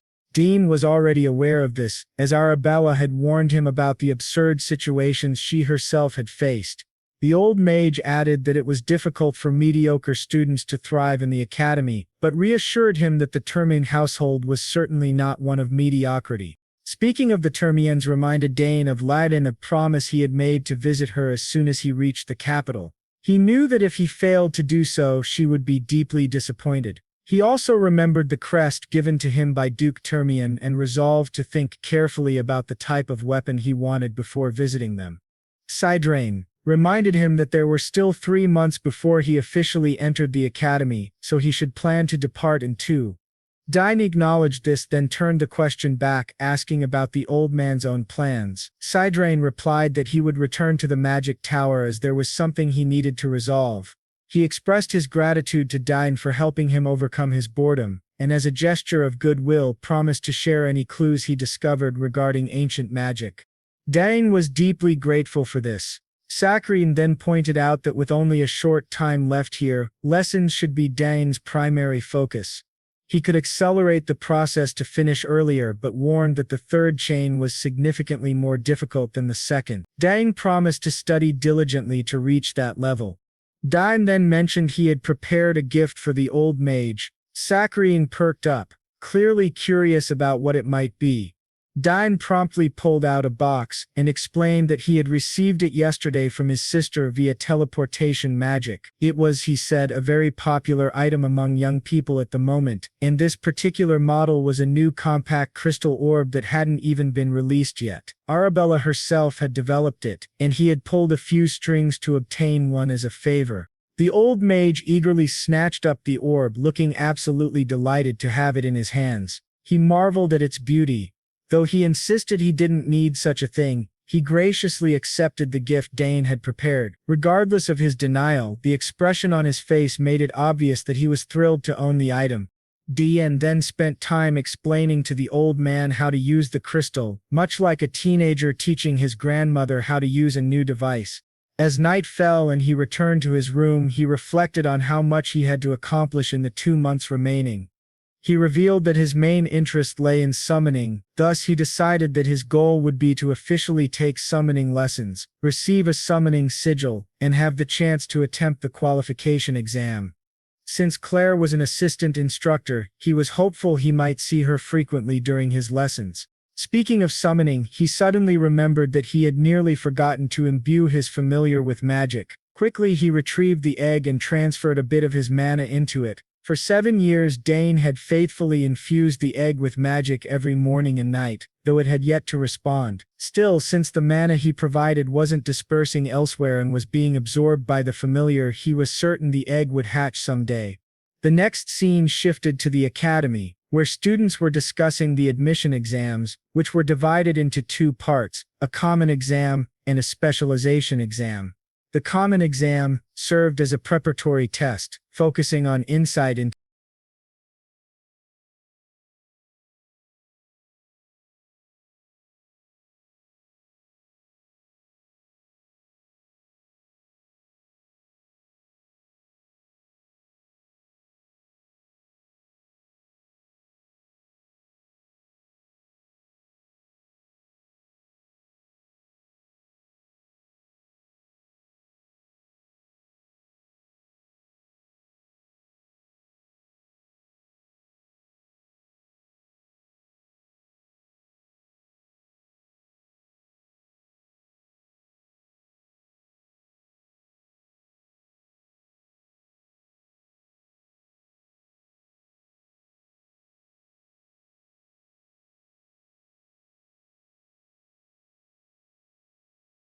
culture, history of the empire and more, but Dani should have no problem. Arabella informs her brother about the details through the crystal and reassures him, saying that doing well in this exam is important because it will reflect on his admission score. After that there is the specialization exam.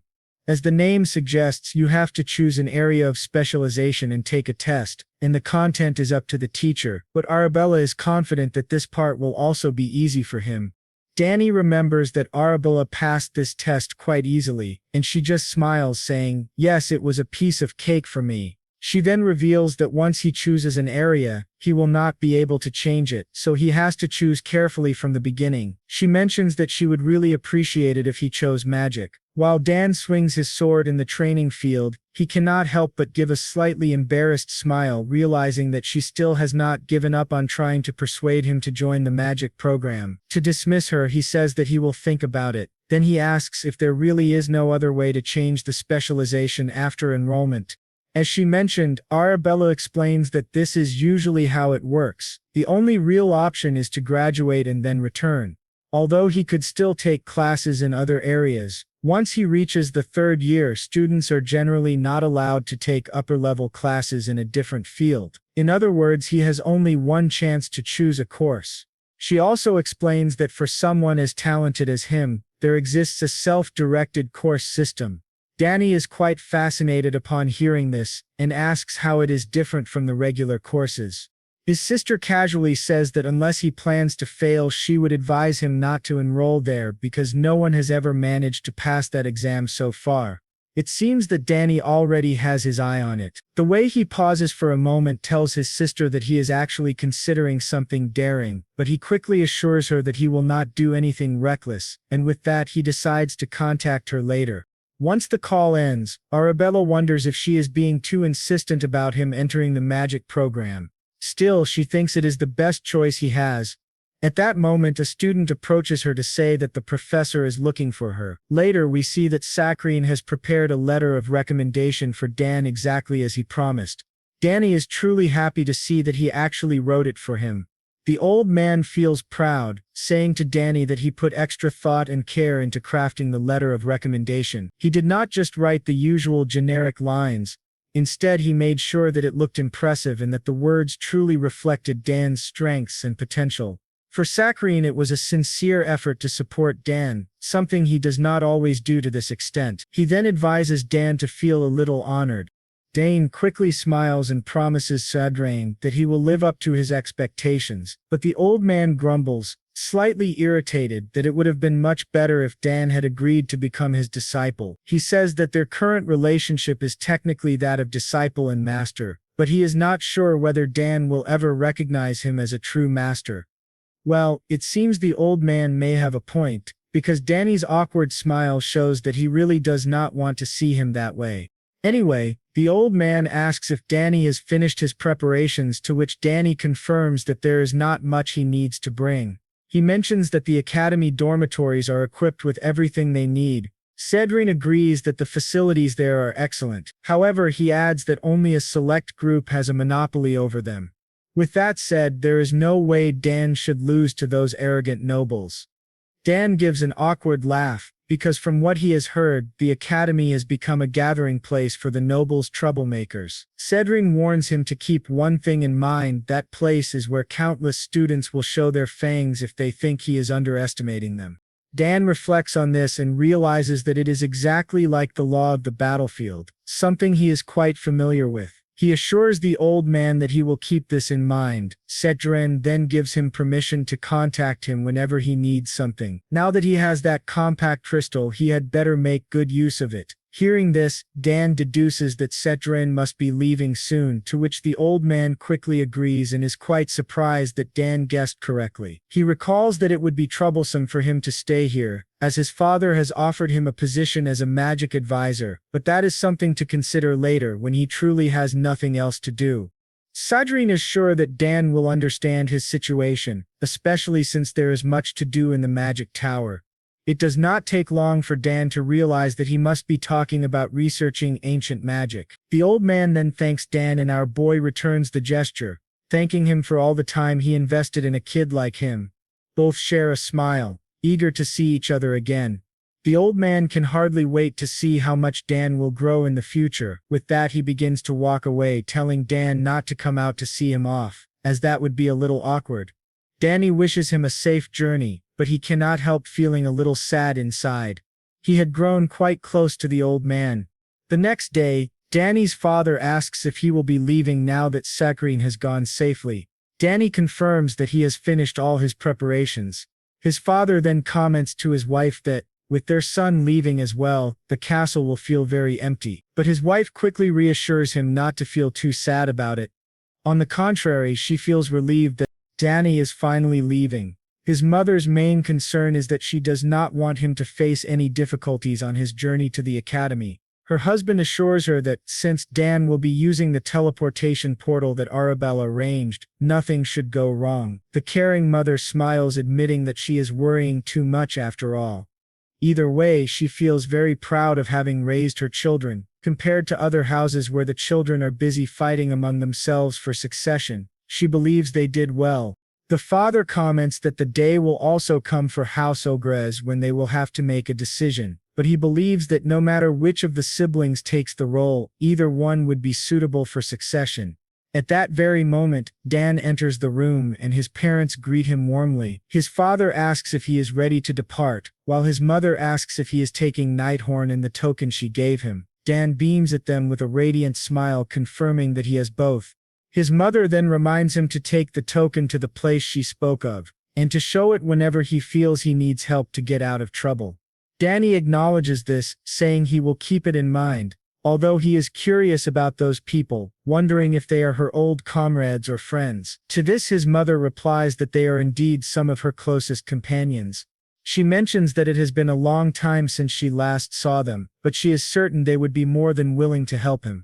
As soon as Count Sogress hears the conversation between mother and son, his face tightens, almost as if he is suffering from serious constipation. He worries that if Dan follows his mother's advice, he might end up on the path of a full-fledged assassin, so he quickly interrupts, telling his son to meet Duke Termian. As soon as he arrives in the capital, the Duke will assist him until he enters the academy. Upon hearing this, Dan's affectionate mother begins to shed tears, saddened to see how her son has grown and is now leaving. Her husband gently reminds her that there is no need for tears, and suggests she see him off with smiles and good wishes instead. Meanwhile, Dan gathers his courage. Even though he had planned to leave, he had always felt a bit reluctant, but now the time has finally come. Herman then escorts him to the teleportation portal while his father watches from the window. At the same time, we see a suspicious figure working under the command of Count Sogress. The Count orders his man to carefully follow Dan and ensure he reaches the teleportation portal safely. The man acknowledges the order and sets off to act. Meanwhile, in another room of the castle, Danny's devoted mother also summons her familiar known as Shadow. As expected, she gives him the same order that Sogress gave his man to make sure Danny teleports safely. Shadow accepts the command and departs immediately. When Danny arrives at the location of the portal, Herman is shocked to see the enormous machine for the first time. It is massive, and Danny himself recognizes how truly magnificent it is. The butler comments on how Lady Arabella seems to be an incredible person, to which Dan agrees, saying he understands why it took her an entire year to build it. Excited, the butler asks if simply stepping on the platform will activate the teleportation. Danny confirms this with a yes. He admires the amount of effort Arabella must have dedicated to it because teleportation magic is unlike other kinds. It requires precise arrangement of codes, and the magic must be continuously imbued while the code is rearranged before the spell can finally become possible. The gate Arabella installed is a perfect device where all the conditions for teleportation have been met. Herman then wishes him good luck and tells him to take care of himself. Danny returns the gesture and begins walking toward the portal. As he steps inside, he infuses magic into the gate to activate it exactly as his sister instructed. Once he does this, the portal opens and an arcane blue energy engulfs him. As the teleportation takes place, the scene transitions to a bustling street where people are going about their daily lives. In the middle of it all, we see our boy on his horse. A wide smile spreads across his face as he realizes that this is the entrance to the capital city, Artania. As he makes his way through the crowd, an unfamiliar voice calls out to him, saying that they have been waiting for him.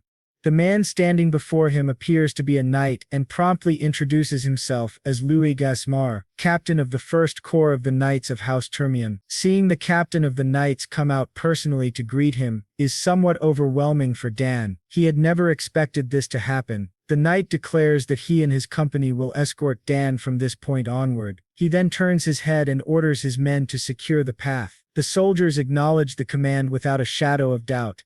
Danny is glad to be under the care of Louis Gasmar, and the knight feels honored to escort him. Danny then begins to feel a strange sensation in his chest. He never thought he would enter the very heart of the empire he once despised, and yet here he is, considered the most promising candidate for the role. As they advance through the city, Danny hears street vendors calling out to sell their goods, and he is quite surprised to see that this place truly has everything. He never expected the capital to be so lively and bustling. The knight then reveals that they are finally walking onto the estate of House Termian. This excites Dan, and as he looks ahead, he is completely amazed by the magnificence of the place. However, he cannot shake the feeling that something is wrong, as if someone is watching him, making him wonder if he is only imagining things. When Dan approaches the entrance, the servants of the house welcome him warmly, leaving him completely surprised. They line up in perfect formation, with their etiquette and roles carried out flawlessly and naturally, a sharp contrast to what he is used to in the southern region. Once Dan finally comes face to face with Duke Termian, he promptly bows down to the ground to pay his respects. Termian accepts the greeting warmly and invites him inside, eager to hear every detail about his exhausting journey. Once inside, Termian comments on how much Danny has changed since he last saw him 7 years ago. He is certain that even children 1 or 2 years older than Dan could not compare to the charisma and aura he now carries. He states that Count Sogress must surely be a proud father. The Duke then adds that although this place may not match the castles of Count Sogress, he still wants Dan to enjoy his stay here until the academy entrance exam. He also promises to assign a servant to Danny, someone who will attend to his every need. Danny thanks him and immediately asks about Leela, wanting to know what she has been up to and how she is doing. Termian says that for the most part she is doing well, but then he asks if Dan has had any kind of disagreement with her recently. Confused, Dan asks what he means, and Termian explains that lately whenever Leela's name is mentioned, she always seems somewhat displeased. Dan quickly states that he does not remember having any kind of disagreement with her. Termian considers this and assumes it may be due to the pressure she is feeling from the upcoming entrance exam, though he is confident that someone like Leela will pass it with ease. Meanwhile, Dan quietly wonders what could have caused her strange behavior and thinks it might just be a phase related to adolescence. Termian then decides to give Danny some time to rest, suggesting that they can meet again later, but he hints that Danny should be gentle. Danny of course does not understand what he means, but Termian quickly assures him that he will find out soon enough. As the servant escorts Dan to his room, he looks around and thinks he will be staying there for about a week until the entrance exam. However, he notices that the room is a little too extravagant for a guest room. He simply tosses his backpack aside and decides to unpack before heading to the training field. At that moment, a familiar voice calls out, entering his room uninvited, saying she will take him to the training grounds. As soon as the voice reaches his ears, it does not take long for Dan to recognize who it is. When he turns around, he sees Leela. She seems to have grown a lot since the last time he saw her, and her development in certain areas is definitely noticeable. She looks irritated and asks why he took so long to get here, clearly frustrated that he made her wait all these days. Danny cannot contain his happiness at seeing her and immediately asks how she has been. Leela responds that she has been doing great, but before he can catch up with her, he has to deal with her anger. She is absolutely furious that he did not write a single letter to her for such a long time. Even after promising he would, she demands to know why he never bothered to send even one letter over the past few years, or at the very least let her know when he would arrive. Dan, looking a little lost, admits that he completely forgot to inform her and apologizes. Of course, Leela is not satisfied with his half-hearted apology. He tries to remind her that at the very least he really did show up as promised, explaining that he had been extremely busy preparing to come to the capital and in the process, forgot about everything else. He begs her to forgive him just this once. Unsurprisingly, she pouts like a stubborn wife, her irritation clearly written across her face. He then asks if there is anything he can do to make it up to her. Apologizing again, he promises to do whatever she asks. Leela raises an eyebrow, questioning if he really means that. Dan just gives her an awkward smile and decides to agree to whatever she says in order to calm her anger. Finally, he asks what he can do to compensate her. She thinks for a moment and then suggests that they have a sparring match. Dan is surprised by the unexpected request. It is definitely not something he was expecting, but he decides to go along with it.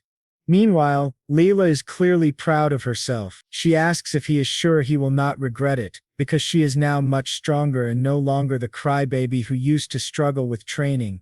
Danny is surprised by Leela's new confidence. It truly makes him think that she must have grown a lot over the past 7 years to feel so self-assured. Speaking of improvements, he remembers her mentioning in one of her letters that she had won a competition. Leela is surprised that he remembered and explains that she won the Dantry Cup, organized by the royal family. From what he recalls, it was a tournament for children under the age of 15. She confirms this, saying that the competition was fierce, and if he had participated, she is certain they would have both reached the finals together. He reassures her, saying that now they can definitely make up for that. Next, she asks if he is sure he wants to train, since the entrance exam is coming soon, and if he gets injured it could cause problems for him. Dan shrugs, saying she doesn't need to worry about that. Still, in his mind he wonders whether they might actually get hurt in the first place. With that settled, she decides they will spar the next day, as it is already too late today. When the next day arrives, we find them outside, ready for the fight. She asks if he has a practice weapon, because she definitely does not want to hear that he is still using a bladed weapon. He reminds her that it is only going to be light sparring, so it is normal to use practice weapons. After all, no matter how much she has trained as a warrior, she cannot account for every situation. He then asks what she would do if she accidentally hurt him during the fight. She confidently tells him not to worry because they have the best healer in the empire right here in the residence. But Dan raises a valid point, asking, and what if something serious happens before the healer can do anything? Layla stammers for a moment, struggling to find an answer. He tells her that if she wants to use a bladed weapon, she has to be mentally prepared for it. She wonders why he is making things so complicated when it is just supposed to be a small fight. Eventually she gives in and agrees to use training weapons. She instructs one of the servants to bring some training arms. While the servant goes to fetch them, Dan looks at her and feels genuinely happy to see how confident she has become. Just as the rumors say, it won't be long before she reaches the same level as her two older brothers who are both active knights. There is even a good chance that House Termian may soon see its first female leader. Dan wonders if teaching her how to release mana was the turning point in her growth. It certainly seems so.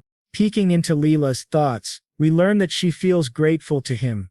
Thanks to his guidance, she learned the basics of manipulating magic much faster than others her age.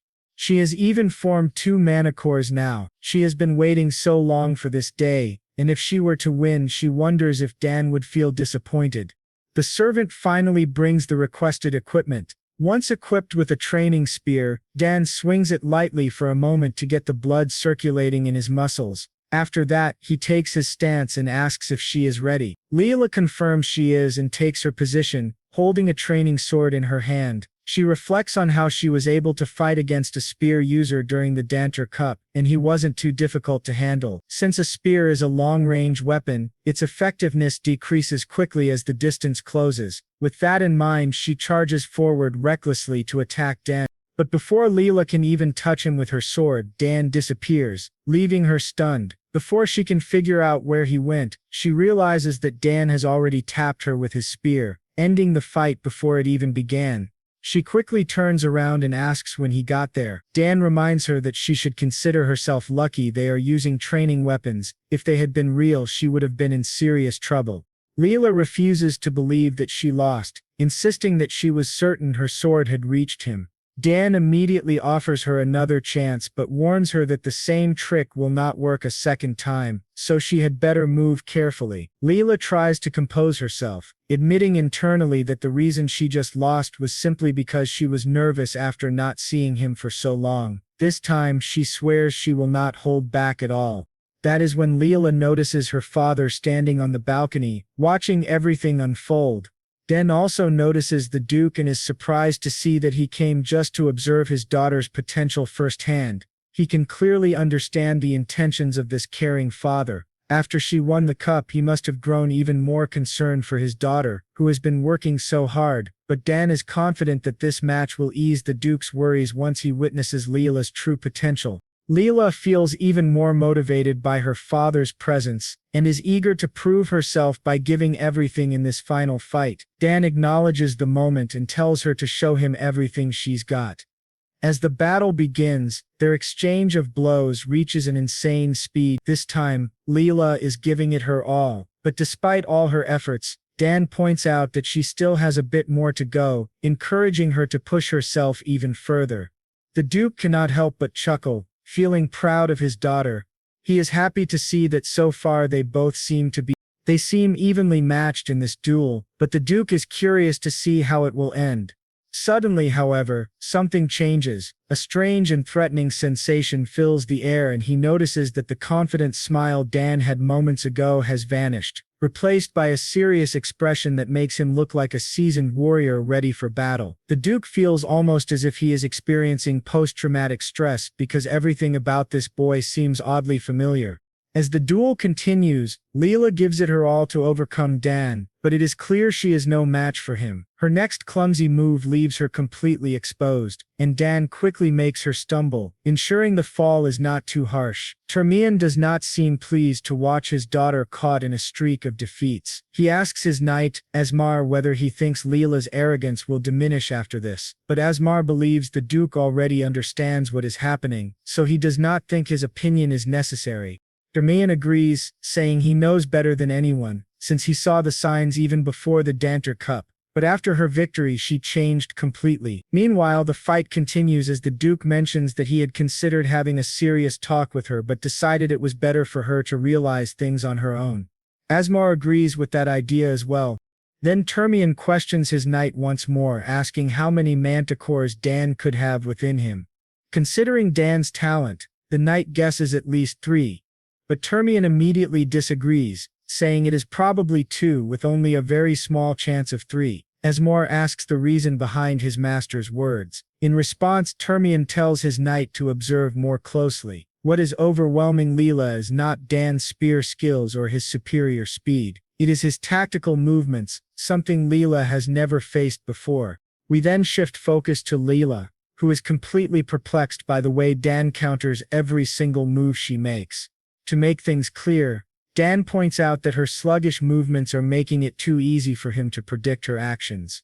All of her attacks are far too predictable, giving him the advantage. Meanwhile, Termian asks Asmar if he does not see the spirit of an experienced swordsman in Dan.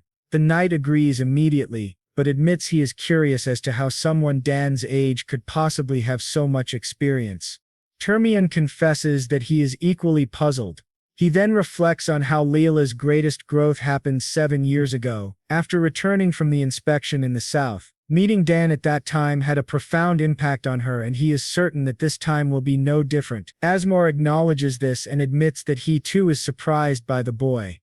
The young lady may be the winner of the Danter Cup, but she is at a clear disadvantage against Dan. It certainly seems as though Count Sogress must have trained him rigorously. However, Duke Termian disagrees. On the contrary, he believes that Sogress is not the type who would train anyone harshly. And beyond that, Dan does not seem like someone who would need such training in the first place.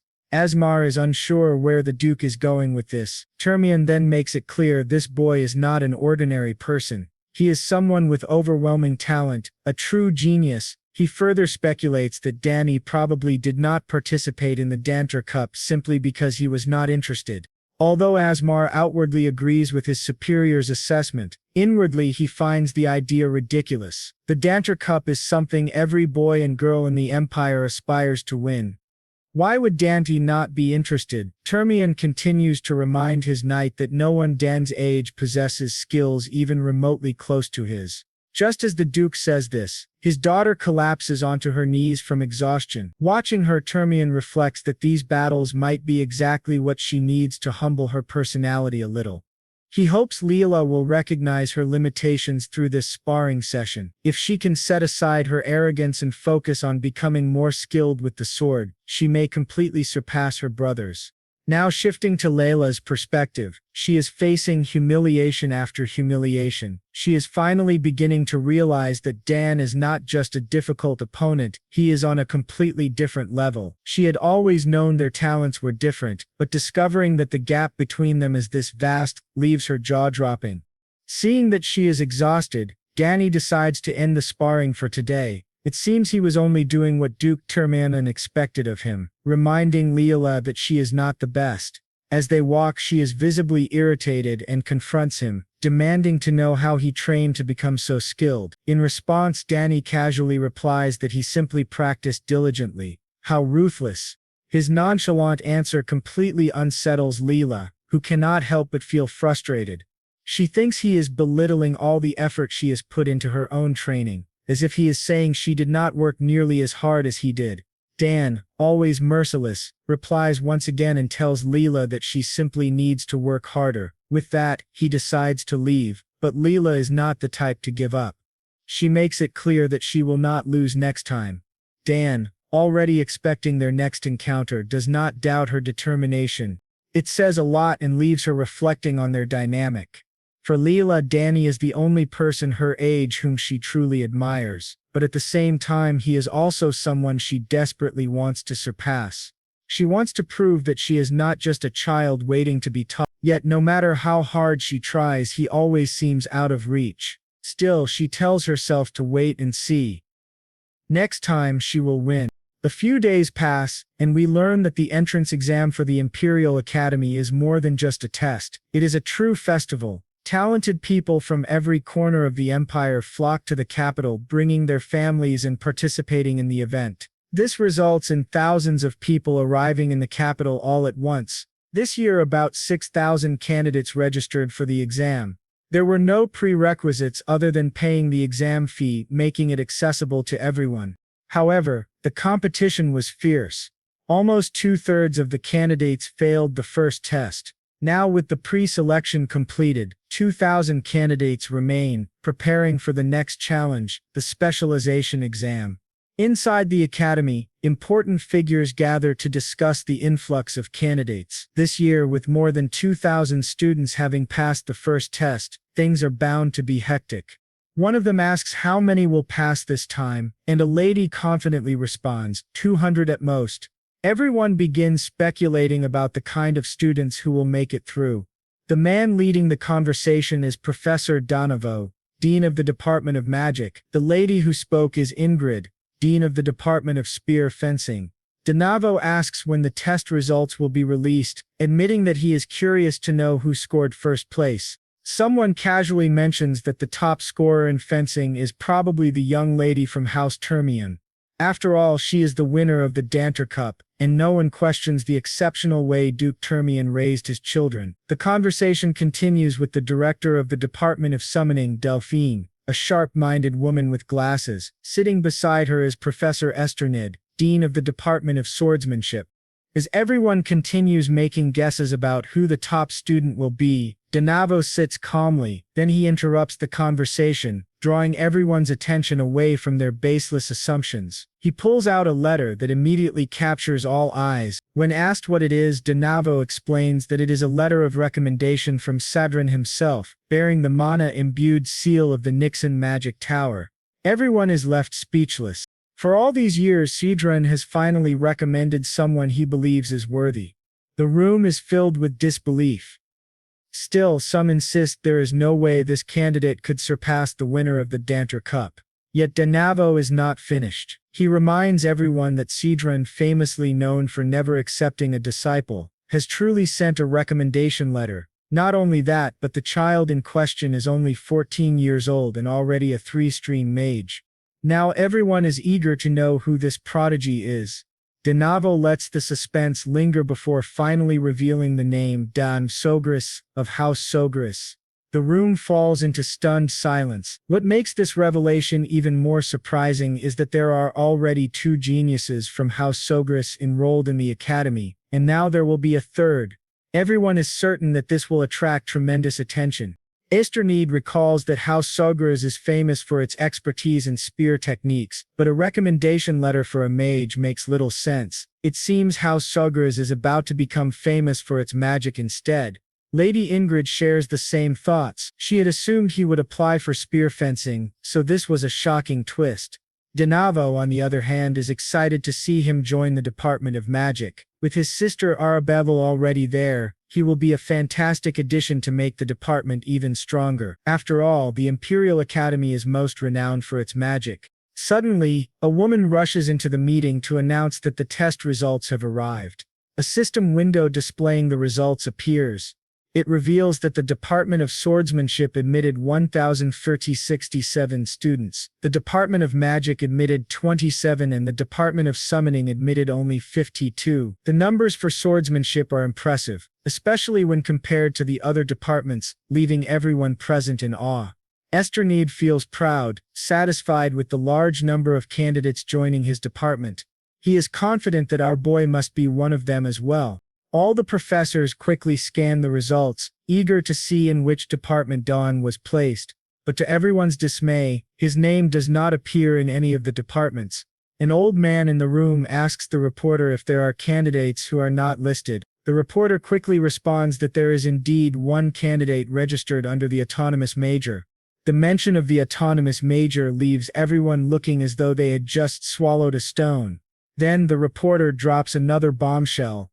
Apparently, Dane Sogress achieved the highest score in the first test out of all 6,000 candidates. Once again, this news leaves everyone astonished until one of them shouts out in sheer disbelief,